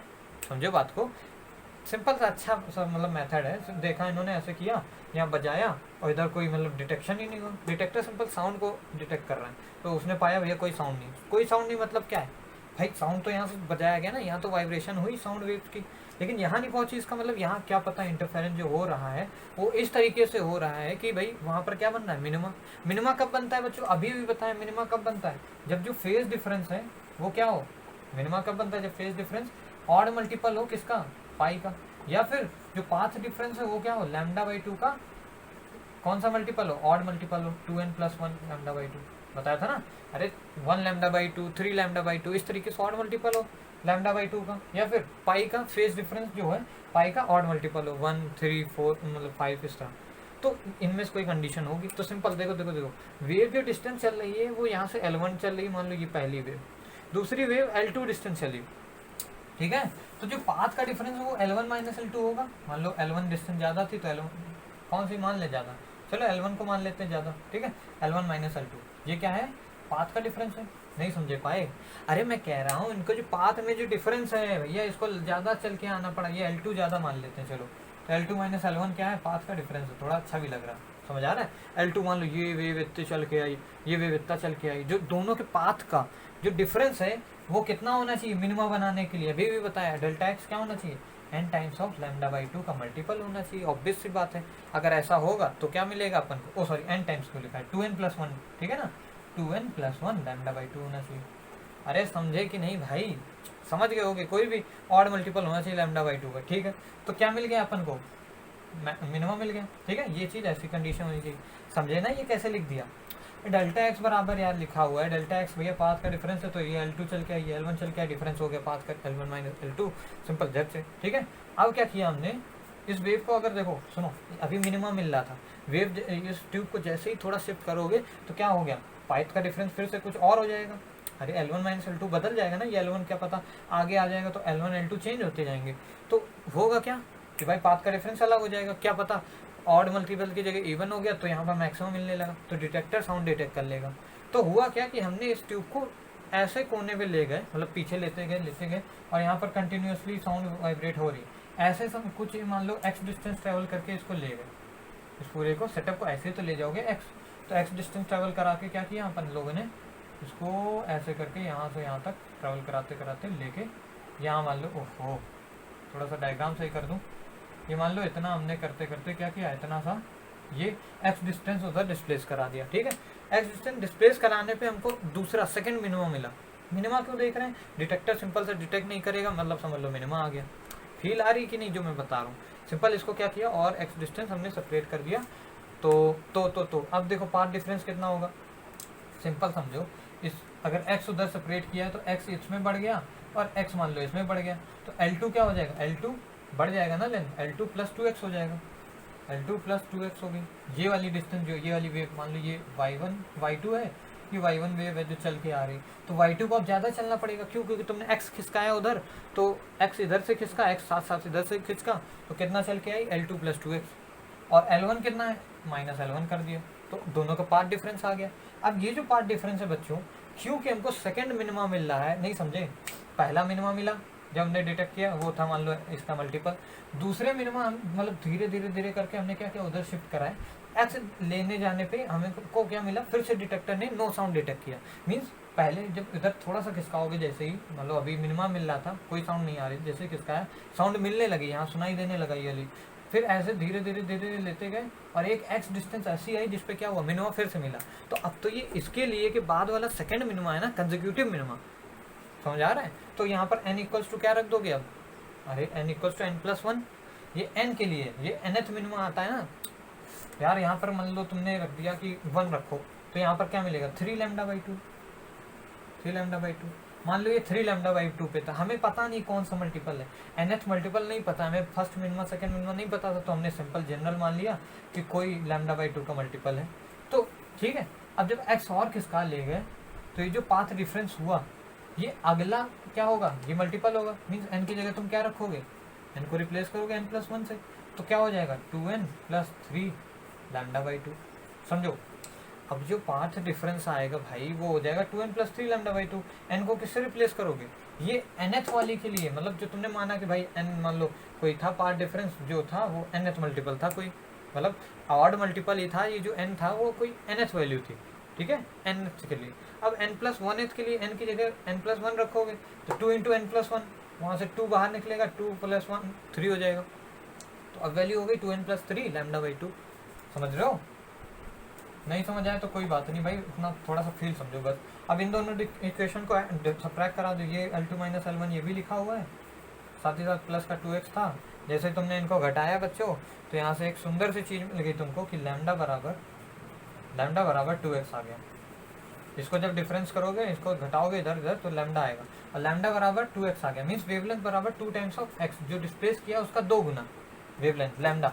अब वेवलेंथ आ गया, ये फ्रीक्वेंसी तो ट्यूनिंग फॉर्क की तुमने ही बजाई थी, ये तो पता ही होगी, तो फ्रीक्वेंसी बराबर क्या होता है बच्चों, n लैम्डा होता है, v = n लैम्डा होता है, वेलोसिटी बराबर n मतलब फ्रीक्वेंसी इंटू लैम्डा। लैम्डा कितना है वेव का, इतना है 2x, भाई x तुम्हें को पता है कितना डिस्प्लेस किया तुमने, उसका 2 गुना कर दो, वो हो जाएगा lambda wavelength of the wave, ये जो यहाँ पर पहुँच रही है, क्योंकि 2 वेव्स है ना, यही वेव की जो इसकी फ्रीक्वेंसी वही वाली थोड़ी पहुँच जाएगी। यहाँ पर वेलोसिटी देखो अलग है अंदर अंदर गैस की, तो यहाँ पर हमने क्या निकाल लिया, सबसे पहले लैम्डा निकाला, वो कितना आया 2x आया, कैसे आया तुम समझ गए होगे तो अच्छा है, नहीं तो फिर कोई बात नहीं, ठीक है। और फिर v = n लैम्डा, वेलोसिटी बराबर n लैम्डा से वेलोसिटी निकाल ली, यहाँ से अपन लोगों ने क्या किया, कैलकुलेट कर लिया वेलोसिटी इस तरीके से। अब आगे देखते हैं यार। अब मान लो बच्चों यही एक सवाल है तुम्हारे सामने आ जाता है कि भाई सवाल कह रहा है find number of maxima and minima recorded by the detector in 1 round. देखो हुआ क्या कि 2 सोर्स रखे हुए हैं, ये S1 है ये S2 है, 2 सोर्स रख दिए जो कि क्या करेंगे, वेव्स निकालेंगे।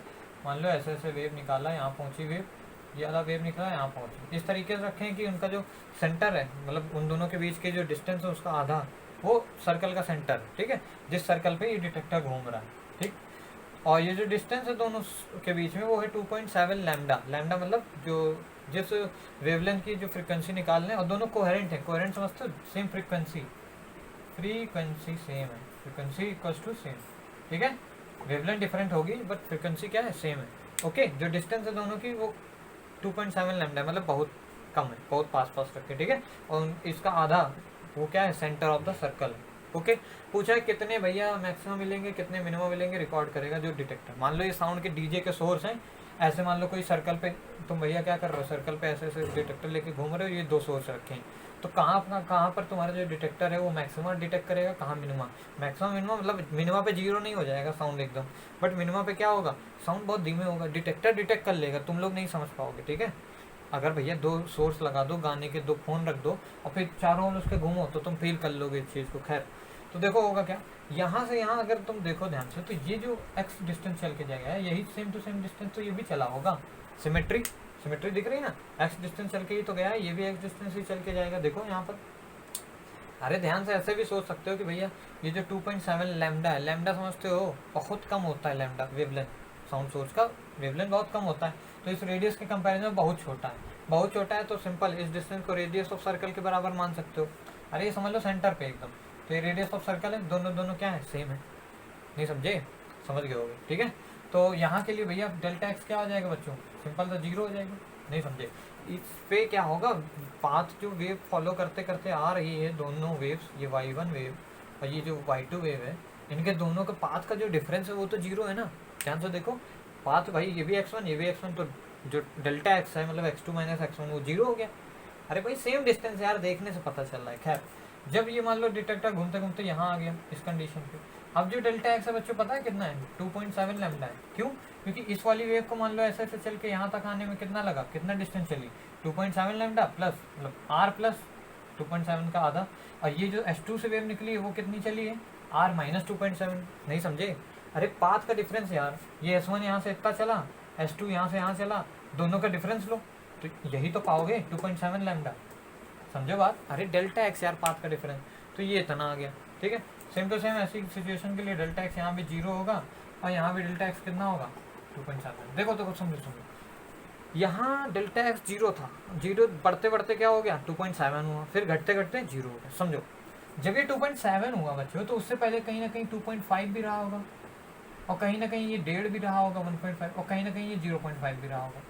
ये बच्चों है क्या, अगर तुम अच्छे से समझोगे ना, तो ये λ/2 लिखा हुआ है, ये सब क्या है, लैम्डा है। देखो ध्यान से, 0.5 लैम्डा को बोलते हैं λ/2, 1.5 लैम्डा को बोलते हैं 3 λ/2, अरे 1.5 यार 3/2, और 2.5 को बोलते हैं 5 λ/2। ये सब तो ऑड मल्टीपल है λ/2 के। इन जगह पे क्या मिलता है बच्चों, नहीं समझे, समझ रहे होगे यार। भाई ये क्या है, अगर डेल्टा एक्स यहाँ से आने पे इतना ज़्यादा बढ़ा है, तो क्योंकि भाई देखो क्यों, देखो यहाँ से जब एक वेव आई तो मान लो इतना चली, दूसरी ये जो सोर्स से निकली वेव इतना चली, तो इनका जब डिफरेंस लोगे तो कहीं ना कहीं तो 2.5 हुआ होगा। क्यों, क्योंकि भाई यहाँ पे टॉप पे 0 है डेल्टा एक्स डिफरेंस दोनों वेव का, यहाँ आते आते डेल्टा एक्स बढ़ गया इतना, तो बीच में कहीं ना कहीं 2.5 आया होगा, कहीं ना कहीं 1.5 आया होगा, कहीं ना कहीं 0.5 आया, उसके बाद 0 हो जाएगा। तो ये 3 पे क्या मिला तुमको भैया, इन तीनों पे मिनिमम मिल रहा है। अरे यार अब तो समझ आ गया होगा डेल्टा एक्स क्या है, λ/2 का ऑड मल्टीपल, मिनिमम कंडीशन मिल रही, 3 मिनिमम मिल गए यहाँ पर, ठीक है। और कहीं ना कहीं 1.5 और 2.5 के बीच में 2 भी तो होगा, 2 लैम्डा, और यहाँ पर क्या होगा, लैम्डा होगा 0.5 और 1.5 के बीच में, समझ आ रहा है। लैम्डा और 2 लैम्डा ये तो इवन मल्टीपल हैं, ओ सॉरी लैम्डा पे क्या मिलेगा, लैम्डा पे क्या होता है बच्चों, n पाई पे, मतलब n पाई पे क्या मिलता है अपन को, सिंपल सा क्या सा, अरे यार लैम्डा के पाई n पाई मल्टीपल पे, सॉरी n लैम्डा पे क्या मिलता है अपन को, सिंपल ऑल द मैक्सिमम। तो यहाँ पर एक मैक्सिमम मिला है लैम्डा पे, एक 2 लैम्डा पे मिल रहा है, समझ आ रही। और साथ ही साथ यहाँ भी तो मैक्सिमम मिल रहा है, देखो ध्यान से 3 लैम्डा, समझ में आता है। तो खैर इसको मत देखो, सिंपल हमें बताना है एक सर्कल में कितने मैक्सिमम मिलेंगे। जब ये यहाँ से यहाँ घूमा, यहाँ से यहाँ तक घूम के आ गया डिटेक्टर, तो इसको 3 मिनिमम मिले, और कितने मैक्सिमम मिले, एक तो यही मिल रहा था 1, और फिर 2 3, तो 3 मैक्सिमम 3 मिनिमम हो गए यहाँ तक। और सेम टू सेम सिचुएशन बच्चों इसकी मिरर इमेज ये भी है, यहाँ भी ये क्या है 2.7 से 0 हुआ है, तो कहीं ना कहीं तो क्या आया होगा 2.5 बढ़ा, मतलब कम होते होते अब कम होगा ना, तो कम कैसे होगा 2.5 फिर 1.5 इसी तरीके से। तो यहाँ भी बच्चों 3 मिनिमम मिलेंगे, ठीक है, यहाँ भी 2 मैक्सिमम मिलेंगे बीच में, एक मैक्सिमम ये इसको भी, इसको इस वाले मैक्सिमम को छोड़ रहे हैं, और फिर यहाँ पर क्या मिलेगा, यहाँ तो कुछ भी हमें समझ, यहाँ तो भाई 2.7 लैम्डा, ये तो कोई है ही नहीं, मैक्सिमम ना कुछ नहीं बोल सकते, ठीक है। बीच बीच में और क्या है, यहाँ पर भी 3 क्या मिलेंगे बच्चों, 3 मिनिमम मिलेंगे और 2 मैक्सिमम मिलेंगे, तो और यहाँ पर भी 3 मिनिमम 2 मैक्सिमम, मिनिमा तो भाई और कहीं तो नहीं मिल रहा, ठीक है। तो मिनिमा कितने हो गए, 3, 6, 9, 12। तो मिनिमा कितने मिल गए टोटल, 12 बार मिनिमम साउंड डिटेक्टर को सुनाई देगा पूरे जब एक सर्कल करोगे। एक सर्कल में पूछे ना 1 राउंड, 2 राउंड में पूछ सकता था, 12 हो जाए 24 कर देते, ठीक है, समझ आता है। मैक्सिमा कितने मिलेंगे, एक इसमें मतलब एक क्वाड्रेंट में 2 मैक्सिमम मिलना है, एक तो लैम्डा पे, एक 2 लैम्डा पे, यहाँ पर भी 2, यहाँ पे 2, यहाँ पे 2, बट 8 थोड़ी होंगे, यहाँ पे भी तो मैक्सिमम मिल रहा है, ध्यान से देखो, ये भी तो सर्कल का ही पार्ट है। एक यहाँ मैक्सिमम मिला, एक यहाँ डेल्टा एक्स 0 है, 0 पे भी तो होता है, अरे एन लैम्डा यार, समझते हो, कोई भी मल्टीपल 0, 1, 2, 3, 4, तो 0 पे भी तो मिलता है मैक्सिमम। भाई लैम्डा 0 हो जाए, पार्ट डिफरेंस 0, दोनों वेव एकदम आके बढ़िया मैक्सिमम बना दी, हो जा रहा है। तो बस कितने मैक्सिमम मिले, 10 मैक्सिमम। 8 तो हो गए क्वाड्रेंट की वजह से, एक ये वाला एक ये वाला, तो कितने हो गए मैक्सिमम, 10 और मिनिमम 12। ऐसा तरीके का सवाल आने का मतलब बहुत चांसेस है, ठीक है, कई बार पूछे जाते हैं। अब बच्चों एक मैं आपको क्वेश्चन दे रहा हूँ, सिंपल 2.7 की जगह तुम 5.1 लैम्डा ले लो और इसको तुम क्या करो, सॉल्व करके दिखाना और कमेंट कर देना। मैं भी कोशिश करूंगा इस वीडियो के लाइव होने के जस्ट 1 घंटे बाद ही आंसर कमेंट कर दूं, आप लोग भी वैसे कर देना, ठीक है, अपना अपना ट्राई करना, इस पे देख लेना यार, सिंपल डिफरेंस ये ले लेना। आगे देखते हैं यार, ठीक है। अब बच्चों देख लेते हैं स्टेशनरी वेव्स क्या होती हैं। स्टेशनरी वेव सिंपल जैसे वेव्स होती हैं वैसे ये भी है, found by the interference of 2 coherent wave. Coherent समझते हो ना, जिसके फ्रीक्वेंसी सेम है, मतलब मान लो ये वेव आ रही है, एक ये वेव आ रही है, एम्पलीट्यूड भी सेम हो, साथ साथ कोहेरेंट भी हो। कोहेरेंट मतलब फ्रीक्वेंसी जिस सोर्स से प्रोड्यूस है, मान लो ये S1 सोर्स से प्रोड्यूस हुई है, यहाँ से S2 सोर्स से, तो इन दोनों S1 S2 से क्या हो, फ्रीक्वेंसी सेम हो। फ्रीक्वेंसी समझते हो ना, number of waves per unit second, वो सेम होनी चाहिए, ठीक है। तो तब क्या होगा भैया, क्या होगा, कंस्ट्रक्टिव इंटरफेरेंस होगा, कुछ ऐसी ऐसी वेव बनेंगी। जो मीडियम वाले पार्टिकल है, जो मतलब जिनका डिस्प्लेसमेंट 0 है, उनको नोड्स बोलेंगे, और जिन पार्टिकल का मैक्सिमम डिस्प्लेसमेंट है, जैसे इस बीच वाले पार्टिकल का मैक्सिमम डिस्प्लेसमेंट है, तो ये क्या होगा, एंटी नोड बोलेंगे इसको। नोड का उल्टा एंटी नोड, समझ आता है। और फिर ये पॉइंट लिखा है, all the points on 2 opposite sides of a node, node के अपोजिट साइड पे जो पॉइंट्स होंगे वो अपोजिट फेज में होंगे। ऑब्वियस सी बात है, इसका फेज देखो ऊपर है, मतलब डिस्प्लेसमेंट ऊपर है, इनका डिस्प्लेसमेंट नीचे है, तो भैया फेज देखो तो एक ऊपर है एक नीचे है, तो अपोजिट है ना फेज, तो फिर बोल सकते हो पाई का फेज डिफरेंस होता है, ऐसा भी, ठीक है। इतनी छोटी सी बातें हैं, अब हम लोग आगे चलते हैं, ओके। अब जो बच्चों बात आती है वो छोटी सी बात ये है, reflection and transmission of a wave. जैसे आपने लाइट वेव की बात की, रिफ्लेक्शन नहीं देखते हो, एंगल आई बराबर एंगल आर, इंसिडेंस वगैरह वही सब है। ये मान लो इंसिडेंट आई है, ठीक है ना, इंसिडेंस, ये कोई वेव है जो कि किसी, ये मतलब बाउंड्री है, इसके अबाउट क्या होगी, अगर मान लो देखो सुनो, मान लो कोई बाउंड्री है, तो बाउंड्री अगर रिजिड होगी तो क्या होगा, रिफ्लेक्ट हो जाएगी वेव। तो जो रिफ्लेक्टेड वेव है उसका रिफ्लेक्टेड एम्पलीट्यूड होगा। मतलब क्या है, मान लो तुम इतनी बड़ी वेव बना के भेजे, और ये जो बाउंड्री थी उससे रिफ्लेक्टेड वेव जो आएगी वो अरे रिफ्लेक्टेड कैसे आएगी, इस तरीके से आएगी, समझ रहे हो ना, ऐसे ऐसे। तो रिफ्लेक्टेड जब आएगी तो उसका एम्पलीट्यूड ऑब्वियस सी बात है अलग होगा। तो एम्पलीट्यूड कैसे निकाल सकते हो, v2 minus V one upon V one plus V two. v1 v2 क्या है, ये वेलोसिटी है इस मीडियम में, किसकी, वेव की, मतलब क्या है, v2 minus V one upon V one plus V two, समझ आ रहा है। अब ऑब्वियस सी बात है, अगर मान लो ये पूरी वेव रिफ्लेक्ट हो गई, पूरी अगर रिफ्लेक्ट हो गई, मीन्स v2 बराबर 0, मीन्स उधर कुछ गई नहीं, इधर की ओर वेलोसिटी नहीं, मतलब गई नहीं, तो क्या हो जाएगा, AR नेगेटिव आ जाएगा।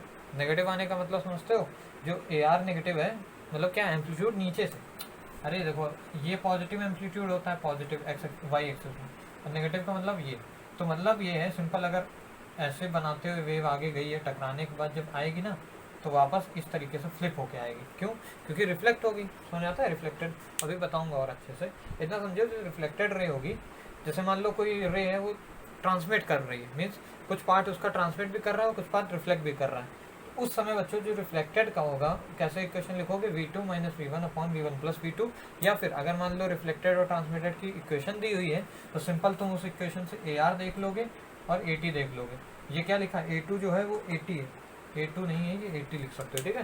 तो हो जाएगा AT minus AR upon A1 plus AT, मतलब दोनों के एम्पलीट्यूड का डिफरेंस, जिसका बड़ा है उसका डिफरेंस अपॉन में दोनों का सम, और AT जो ट्रांसमिटेड होगा बच्चों, ट्रांसमिटेड एम्पलीट्यूड वो 2v2 अपॉन वी वन या फिर 2a1 अपॉन a2, ऐसे ऐसे करके, ठीक है ना, समझ में आता है। खैर, तो ये चीज़ आपको v1 minus V two upon ये रिफ्लेक्टेड वेव का एम्पलीट्यूड निकालते हैं। कई बार ऐसे डायरेक्टली पूछते हैं कि एम्पलीट्यूड बता दो रिफ्लेक्टेड वेव का, तो सिंपल तुम्हें क्या करना है, डिफरेंस ले लेता है वेलोसिटी का मीडियम के अपॉन में, उन्हीं का सम कर देना है सिंपल। तो इक्वेशन क्या आ जाएगी जो रिफ्लेक्टेड वेव आई है, रिफ्लेक्ट किसी वेव की इक्वेशन क्या होती है, Y equals to A sine omega T minus K X, ऐसा कुछ। तो ए क्या होता है एम्पलीट्यूड, उसका एम्पलीट्यूड तो निकाल ही लिया है तुमने, ए इंटू में sine of omega T minus k1x। k1x क्यों लिया बच्चों, क्योंकि इसी मीडियम में आ गई लाइट, समझ आ रहा है। तो k जो होता है वो होता है बच्चों जैसे ओमेगा क्या, जैसे वेलोसिटी क्या होती है ओमेगा अपॉन k, तो उसी हिसाब से k जो होता है बच्चों ओमेगा अपॉन v होता है। अब वेलोसिटी इस मीडियम में अलग है और इस मीडियम में अलग है, यहाँ पर v1 वेलोसिटी, यहाँ पर v2, तो ऑब्वियस ही बात है भाई क्या होगा k1 और k2 डिफाइंड होगा अलग अलग, समझ आ रहा है। तो एक में जब रिफ्लेक्टेड लिखोगे तो k1x लोगे, दूसरे में k2x लोगे, समझ आता है। डेंसर सिंपल सा जो इसमें से जो मूल है ये चीज़ है, बहुत ही तगड़ी चीज़ है, लिखा है फॉर डेंसर। अगर ये डेंसर होगा मीडियम इधर वाला डेंसर मीडियम होगा, मीन्स क्या v2 क्या है छोटा है, simple v2 less than v1 है। तो v2 अगर छोटा होगा बच्चों तो ये जो डिफरेंस ले रहे हो नेगेटिव आएगा।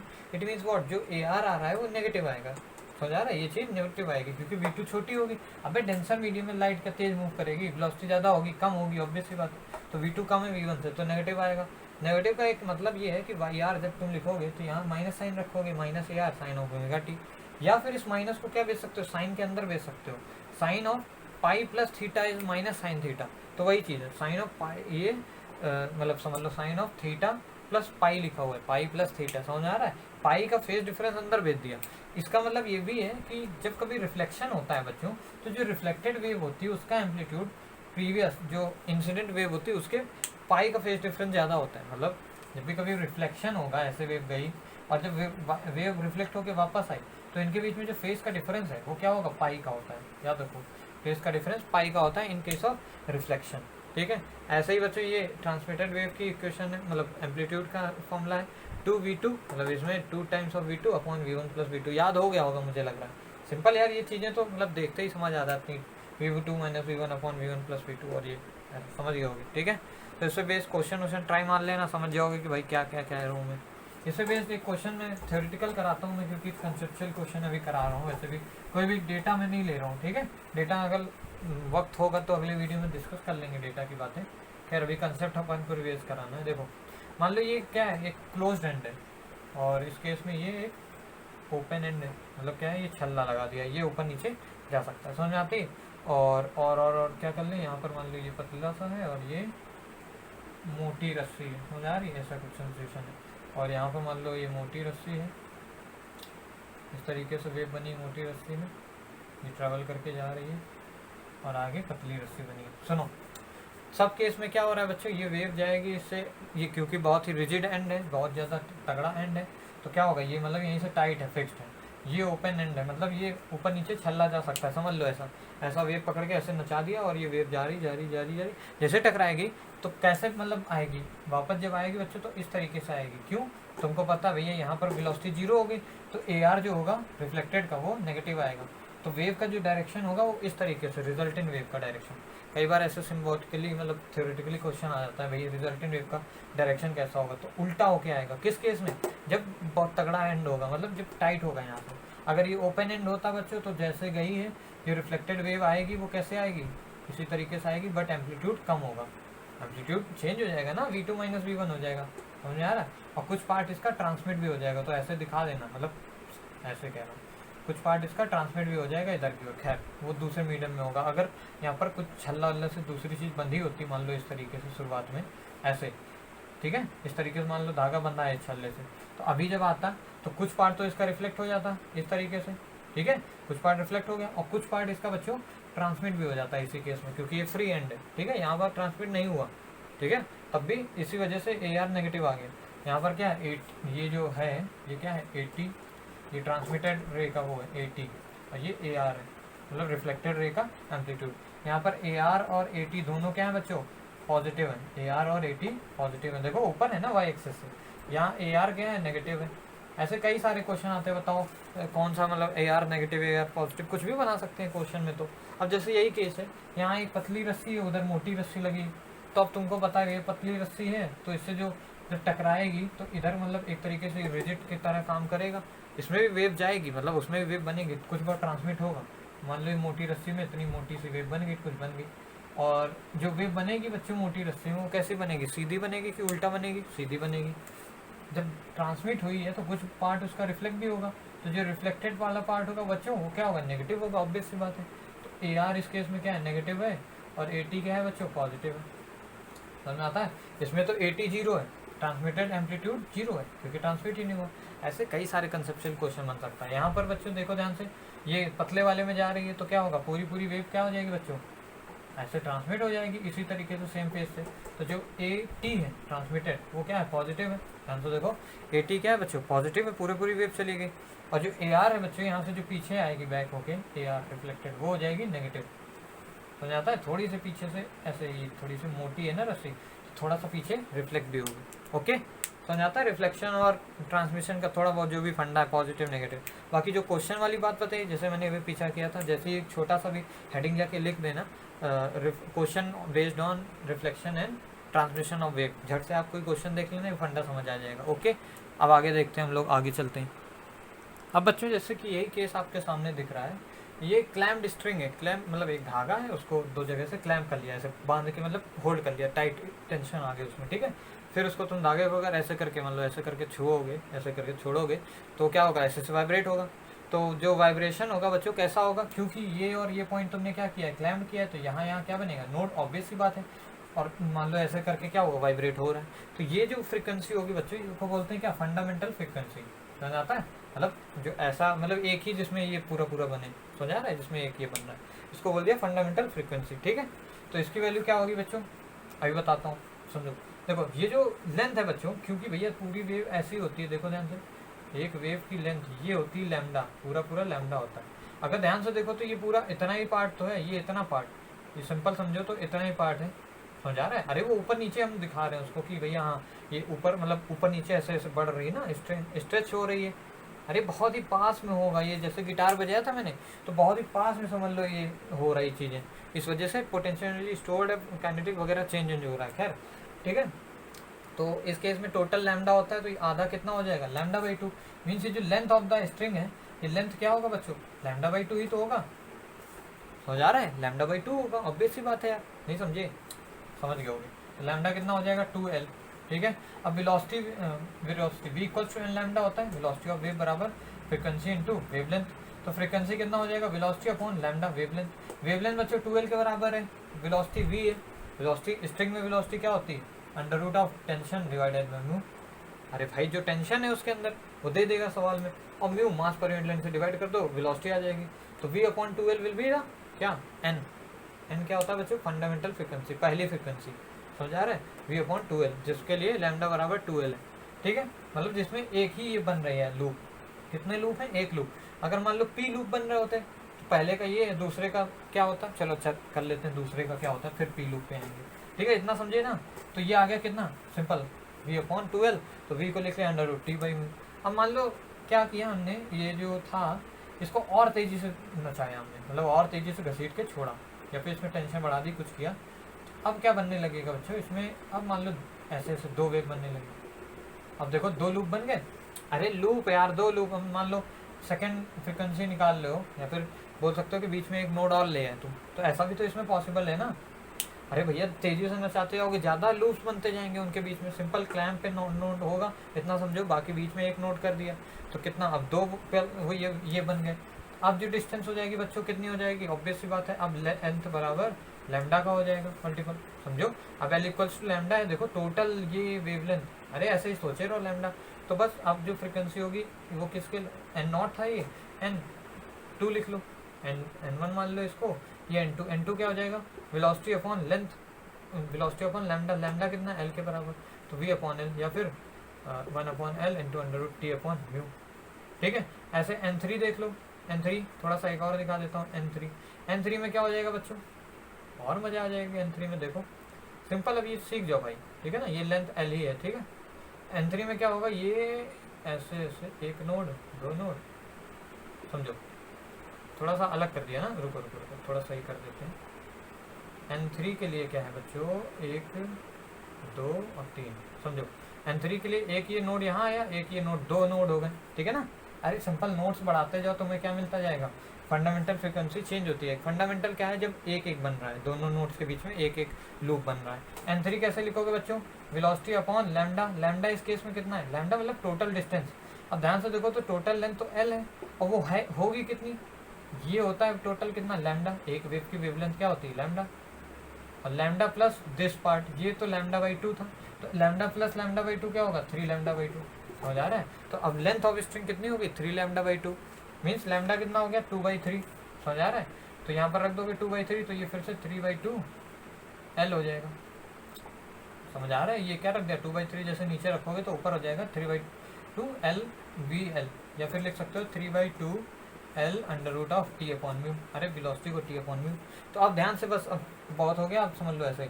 अब ध्यान से अगर तुम देखो तो सबसे पहले वाला क्या था, n1 अगर देखो ध्यान से, तो n1 अगर देखो तो ये था V/2L। n2 क्या था बच्चों, n2 है V/L। n3 क्या है बच्चों, n3 है 3/2 VL। अब इनका रेशियो देख लो एक तरीके से, तो ये कितना है भाई, ये आधा था, फिर ये इसका 2 गुना है, मतलब n2 क्या है 2 टाइम्स है ना n1 का। देखो ध्यान से, 2 से मल्टीप्लाई अगर n1 को कर दो तो n2 आ जाएगा, समझो। और n3 क्या है बच्चों, n3 ध्यान से देखो, n3 फर्स्ट का कितना 3 टाइम्स ऑफ n1 है, n1 को 3 से मल्टीप्लाई कर दो। नहीं समझ पाए, अरे यार तुम लोग समझ गए होगे। 2 जब 2 अगर लाना है, n2 मतलब फ्रीक्वेंसी ऑफ 2 सेकेंड, इसी को V/L बोला, तो n1 को अगर 2 से मल्टीप्लाई कर दो तो आ जाएगा। n3 लाना है, n1 को 3 से मल्टीप्लाई कर दो तो आ जाएगा 3/2 भी। ऐसे ही फोर्थ वाला निकालना है तो 4 से मल्टीप्लाई कर दो।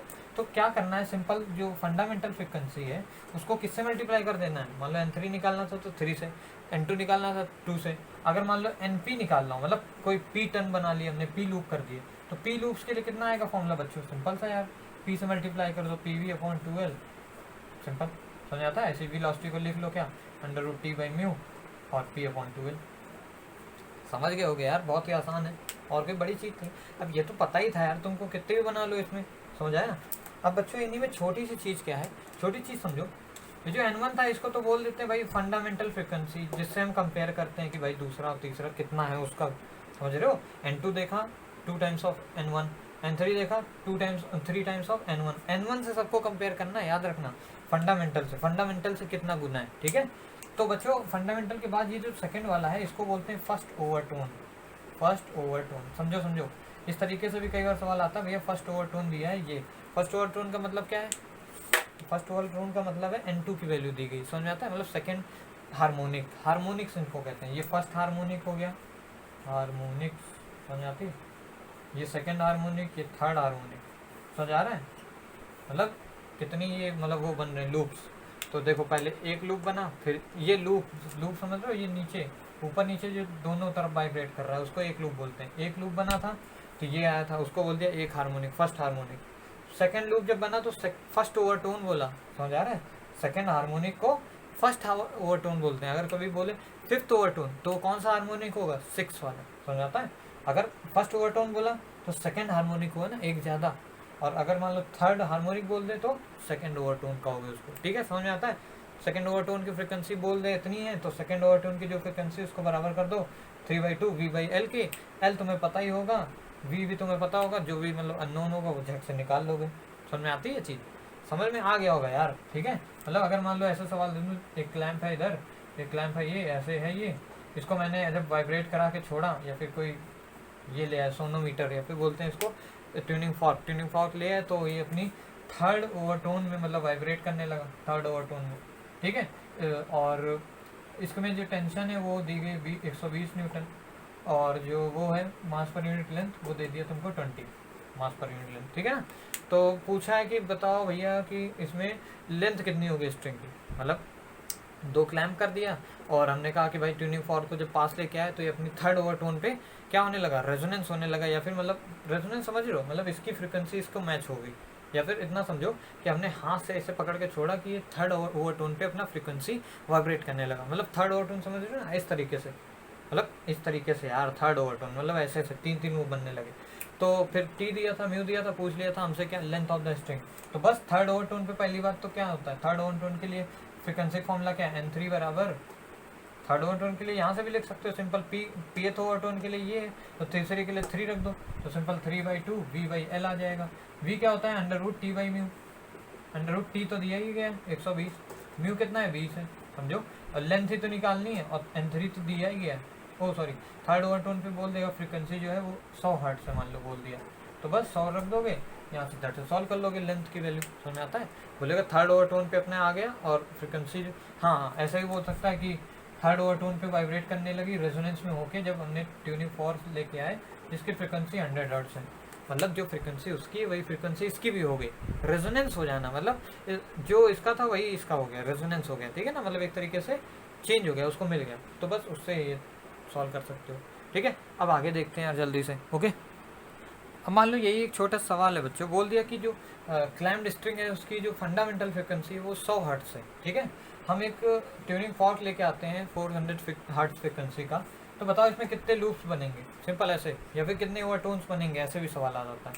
तो भैया तुमको पता है भैया ये इसका कितने गुना है, अरे जो फ्रिक्वेंसी आई है वो सिंपल देखो, ये इसके कितने गुना है? 4 गुना है। इसका मतलब क्या है? n0 अगर ये है तो n0 इंटू 4 कितना होता है?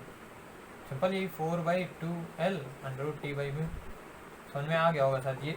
अरे यार pth लूप के लिए अगर डबल क्लैम्ड है तो फॉर्मूला ये होता है p/2l √t/μ, तो बस वहीं से रख दिया हमने, ये किसके बराबर? 400 के बराबर। क्यों? क्योंकि लिखा होगा क्वेश्चन में कि tuning fork is resonance, tuning fork is in resonance with string, ऐसे लिख देगा, रेजोनेंस विद स्ट्रिंग। इसका मतलब क्या है? इसकी फंडामेंटल फ्रिक्वेंसी इस पे वाइब्रेट होने की है, बट क्योंकि ट्यूनिंग फॉर्क तुम इतने का ले आए तो अब रेजोनेंस होगा, और रेजोनेंस होने के बाद कोई मतलब पर्टिकुलर उस पर नाच रहे होंगे बढ़िया से, तो कितने लूप्स बनाएंगे वो पूछा है, तो बस 400 रखोगे तो यहाँ से तुम्हें पता चल जाएगा कि कितना आ जाएगा, 4 आ जाएगा, समझ आता है। मतलब क्या है, सिंपल से 4 लूप्स बनेंगे यार, ठीक है, 4 लूप्स बनेंगे क्योंकि 4 गुना है, समझ में आता है। अरे समझ गए होगे यार, इसका 4 टाइम्स है ना, तो 4 लूप बनेंगे यहाँ पर। सिंपल फ्रिक्वेंसी जैसे अभी n3 हमने लिखा था कितना, 3 इंटू n1 या फिर n0, तो 3 लूप्स बने थे उसमें, याद है 3 लूप्स, वैसे ही है, ठीक है, 4 लूप्स बनेंगे। ऐसे सवाल कई सारे आए हुए हैं, तो आप लोग सॉल्व करके देखते चलना, ओके। आगे देखते हैं। अब जैसे बच्चों मान लो कि एक तरफ से ही क्लैम्प है, अभी तक हमने देखा दोनों तरफ से क्लैम्प हो तो भाई बीच में भी क्या नोड बनता था, क्यों? क्योंकि दोनों तरफ से क्लैम्प था। अब जिधर से क्लैम्प है भैया उधर ही नोड बनेगा, और दूसरा एंड तो खुला है, तो मस्त बढ़िया लहराएगा, ठीक है, समझ रहे हो। इसके पास मान लो ये एकदम रॉड है, अरे सिंपल समझो ये स्ट्रिंग है, खूब तेजी से कनेक्टेड थी, अब इधर से नहीं कनेक्टेड है। अब इसको अगर तुम टच करोगे तो हाँ थोड़ा इमेजिन नहीं कर पा रहे होगे, बट इसमें जो वाइब्रेशन होगी बच्चों अब इस तरीके से वाइब्रेट करेगा, समझ में आता है। अभी अब जब इसको पानी के अंदर कर दोगे तो और अच्छे समझ में आएगा कि हाँ इस तरीके से वाइब्रेशन होंगी, ठीक है। अभी तक मानो कि भैया ऐसे वाइब्रेशन हो रही हैं, तो ऐसे अगर हो रही हैं तो अगर मान लो स्ट्रिंग की लेंथ l है, l किसके बराबर होगी बच्चों? λ/4 के। देखो ध्यान से, ग्राफ ऐसे होता है, ये पूरा लैम्डा होता है, अगर आधा होता यहाँ से यहाँ तक दो नोड्स के बीच की डिस्टेंस कितनी होती है? λ/2।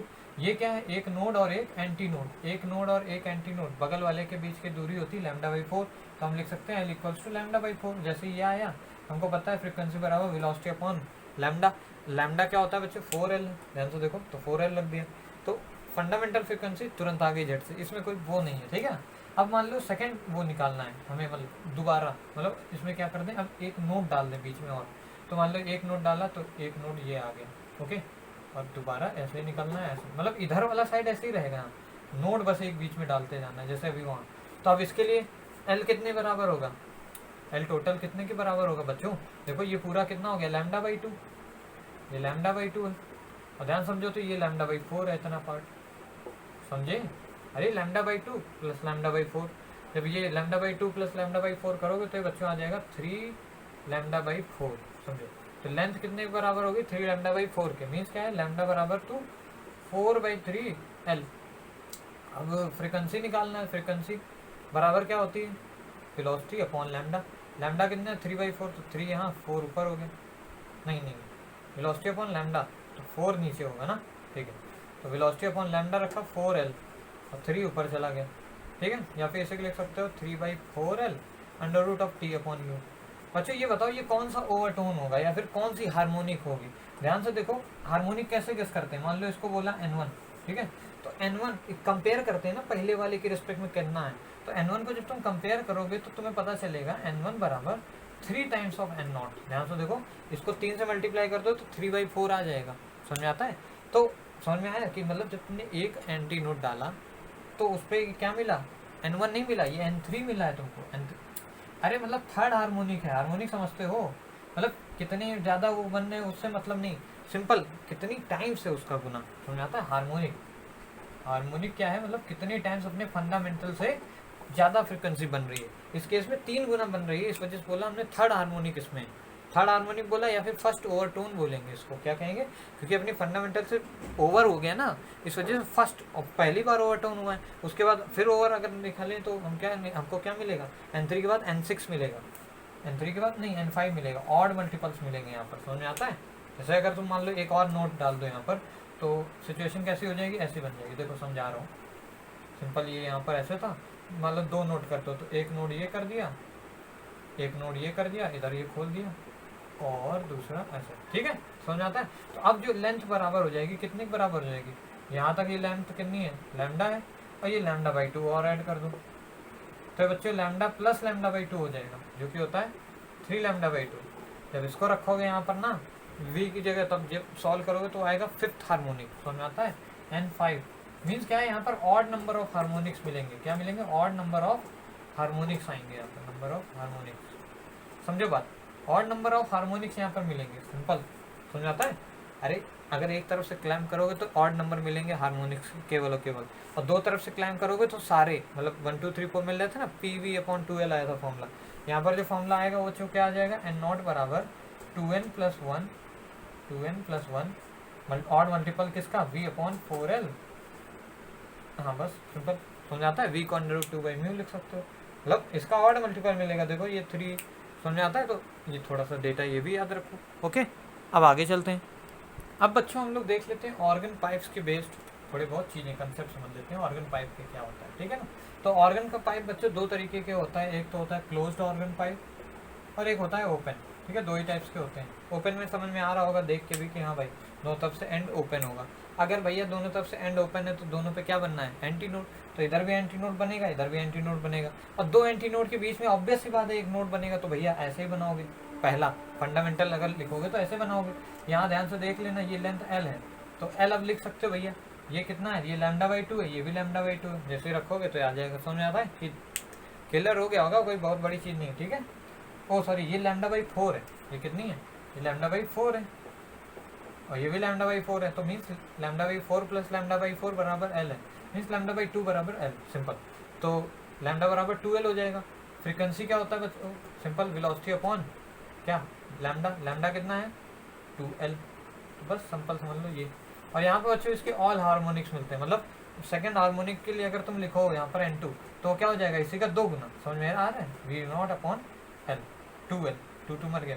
थर्ड हार्मोनिक लिखना होगा तो 3V/2L कर देना। फोर्थ हार्मोनिक मतलब nth हार्मोनिक लिखना हो तो क्या लिख दोगे, NV/2L, समझ में आता है। छोटे सी चीज़ याद रखो, nth हार्मोनिक। यहाँ पर बच्चों क्या होता है, ऑड हार्मोनिक्स मिलते हैं, पहली बात तो ये, यहाँ पर ध्यान से देखो, यहाँ L ही लेंथ है, बट ये लेंथ बराबर है किसके, λ/4 के, ध्यान से देखो। अरे यार समझ आ गया होगा, अभी पीछे ही बताया है, समझ आ रहा है, λ/4 के बराबर है अगर वेव को देखो तो। बस यहाँ से N0 फ्रीक्वेंसी V/4L आ जाएगा, यहाँ से केवल और केवल ऑड हार्मोनिक्स मिलते हैं, मीन्स यहाँ से अगर तुम बात करोगे यहाँ पर सेकंड हार्मोनिक नहीं मिलेगा, यहाँ सेकंड हार्मोनिक है, यहाँ थर्ड मिलेगा, थर्ड कितना होगा 3/4 V/L, N3 होगा वो, ठीक है। इसी को बोलते हैं यहाँ पर फर्स्ट ओवरटोन, यहाँ पर फर्स्ट ओवरटोन की फ्रीक्वेंसी ये होगी। सिंपल क्वेश्चन में आपको कहेगा फर्स्ट ओवरटोन इतना है वगैरह वगैरह, बस इसी को लिखोगे, जैसे ये फ्रीक्वेंसी है, N3 क्या है, फ्रीक्वेंसी हर्ट्ज, ठीक है। बस सिंपल तुम वैल्यू रखोगे और झट से सॉल्व कर लोगे, समझ में आता, कोई बड़ी चीज़ नहीं है, ओके, ठीक है बच्चों, इसको सबको नोट कर लो, ओके। अब एक छोटी सी मुझे चीज़ बतानी थी, ऐसे समझो, ये जो भाई ये जो वेव आई है ऐसे ऐसे, यहाँ से मान लो ऐसे मूव करते करते आई, ये यहीं से बच्चों बैक होके ऐसे नहीं हो जाती है, ये बच्चों यहाँ से थोड़ा सा एयर में क्या होता है, डेंसिटी का डिफरेंस होने के कारण ये मतलब थोड़ा सा बाहर होके आके रिफ्लेक्ट होती है, मीन्स अंदर जाना है ना इसको, भैया साउंड निकला फिर अंदर गया फिर निकला, इस तरह हार्मोनिक चल रहा बढ़िया, यहाँ पर ऐसे दोनों तरफ से गए और निकले, और क्या हुआ, बाहर से फिर से यहाँ से रिफ्लेक्ट होके अंदर आ गया। मीन्स क्या है, ये जो रिफ्लेक्शन होता है बच्चों, ये जो रिफ्लेक्शन होता है मतलब जस्ट यहीं बाउंड्री लाइन से नहीं हो पाता है, क्यों, क्योंकि भाई ये जो सरफेस वॉल है वो रेयर है, रेयर मीडियम है ना, इधर एयर है जस्ट, और ये खुला है, ओपन एंड है, तो थोड़ा सा बाहर तक चला जाता है। कितना बाहर चली जाती है डिस्टेंस, ये ई डिस्टेंस चली जाती है, इसी को बोलते हैं एंड करेक्शन, एंड करेक्शन, मतलब नहीं समझे तुम, मतलब मैं इतना कह रहा हूँ, ये जो फ्रीक्वेंसी लिख रहे हो तुम, ये जो एल बोल रहे हो, ये एल नहीं होता है, ये टोटल जो डिस्टेंस वेव कवर करती है, ये जो तुम ऐसे बनाए हो, ये यहाँ तक नहीं होता, बल्कि ये थोड़ा आगे तक निकल जाती है। ये जो निकलती आगे क्यों निकल जाती है, क्योंकि भैया आगे हवा है ना, खुला हुआ एंड है। ऐसे ही यहाँ भी आगे निकल जाती है इतना और इतना। कितना निकलती है आगे, ई इतना निकली तो ई इधर भी निकल गया इतना। तो इस केस में जो एल, ये जो यहाँ एल रखना चाहिए, ये एल इफेक्टिव रखना चाहिए। मीन्स एल इफेक्टिव कितना होगा, एल प्लस 2 ई यहाँ पर होगा। यहाँ पर एल इफेक्टिव कितना हो जाएगा बच्चों, एल प्लस ई। समझो बात को, मैं कह रहा हूँ सिंपल सा, मतलब जितना तुमने कैलकुलेशन किया सब वैलिड है, सही है एकदम। मैं सिंपल इतना कह रहा हूँ कि भाई एंड करेक्शन को तुमको इंक्लूड करना चाहिए भाई, कि इतना होना चाहिए। मतलब एंड करेक्शन होता है वैल्यू उसकी 0.3 डी होता है, डायमीटर होता है जो इसका, या फिर 0.6 आर कर सकते हो, 0.6 इंटू रेडियस ऑफ द ये ऑर्गन पाइप। ठीक है, नहीं समझे? मैं कह रहा हूँ यहाँ पर एल मत रखना। अगर बोले एंड करेक्शन को इंक्लूड करके वैल्यू बताओ, तो यहाँ पर एल मत रखना। क्या रखोगे, एल प्लस ई रखोगे। ओपन क्लोज के केस में, ओपन में क्या रखोगे, एल प्लस 2 ई रखोगे। क्यों, क्योंकि थोड़ा सा इधर एंड करेक्शन, थोड़ा सा इधर। नहीं समझे? अरे जैसे लैप्लास करेक्शन में gamma times of P upon रो असली वैल्यू थी, वैसे ही ये सब है जो तुमने पढ़ा है। बट क्या, एंड करेक्शन थोड़ा सा इतना सा एरर दे देता है। तो जस्ट अगर कभी बोल दे कि भैया according to end correction answer दो, दे देगा, ई की वैल्यू दे देगा क्वेश्चन में, तो तुम्हें समझ जाना कि भाई यहाँ पर एल को λ/4 नहीं रखोगे, मतलब सॉरी एल को कह रहा हूँ, हाँ यहाँ पर एल की जगह क्या रखोगे, एल प्लस ई रखोगे। मतलब λ/4 केवल नहीं रखोगे, साथ ही साथ ऐड करके क्या रखोगे, ई भी ऐड करके रखोगे। ओके, क्लियर हो गया? ठीक है, इसको भी नोट कर लो यार।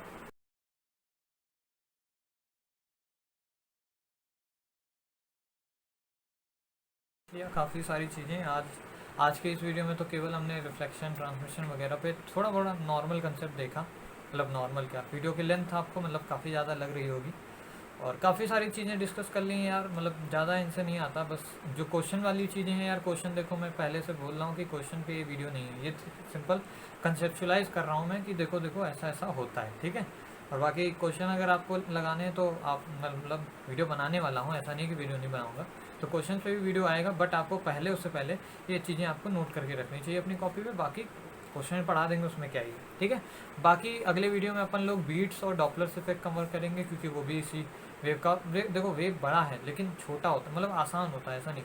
नोट्स बना लो, आपके क्वेश्चन भी लगेंगे, सब कुछ लगेंगे। ठीक है, पहले डेटा अपने दिमाग में रखने की कोशिश किया करो। बाकी याद होगा कि नहीं वो तो बाद में डिसाइड करोगे ना, पहले पढ़ के तो लो। ठीक है, मुझे पता है आप लोगों ने कभी भी ये चीज़ें मतलब पढ़ी नहीं होंगी, एंड करेक्शन वगैरह वगैरह बहुत सी चीज़ें ऐसी हैं, या फिर छोड़ दी होंगी, स्किप कर दी होंगी। तो पहले उनको देखो, थोड़ा सा नेचुरल होने दो उनको, अपने आप से फैमिलियर हो। जब खुद ही फैमिलियर हो जाओगे तो खुद ही याद हो जाएंगी चीज़ें, और तब भी नहीं याद होती तब छोड़ दो। ठीक है, तो कोशिश करो। अगली वीडियो में अपन लोग कवर इसको करेंगे, उसके बाद वेव्स ऑब्वियसली ख़त्म हो जाएगा। फिर उसके बाद थर्ड वीडियो में अपने क्वेश्चन डिस्कस करेंगे, जितने भी प्रीवियस ईयर आए हुए हैं नीट और एम्स में या फिर IIT के अंदर। ठीक है, सारे क्वेश्चन करने के बाद ये वेव का कंसेप्ट खत्म हो जाएगा। ठीक है, तो चलते हैं।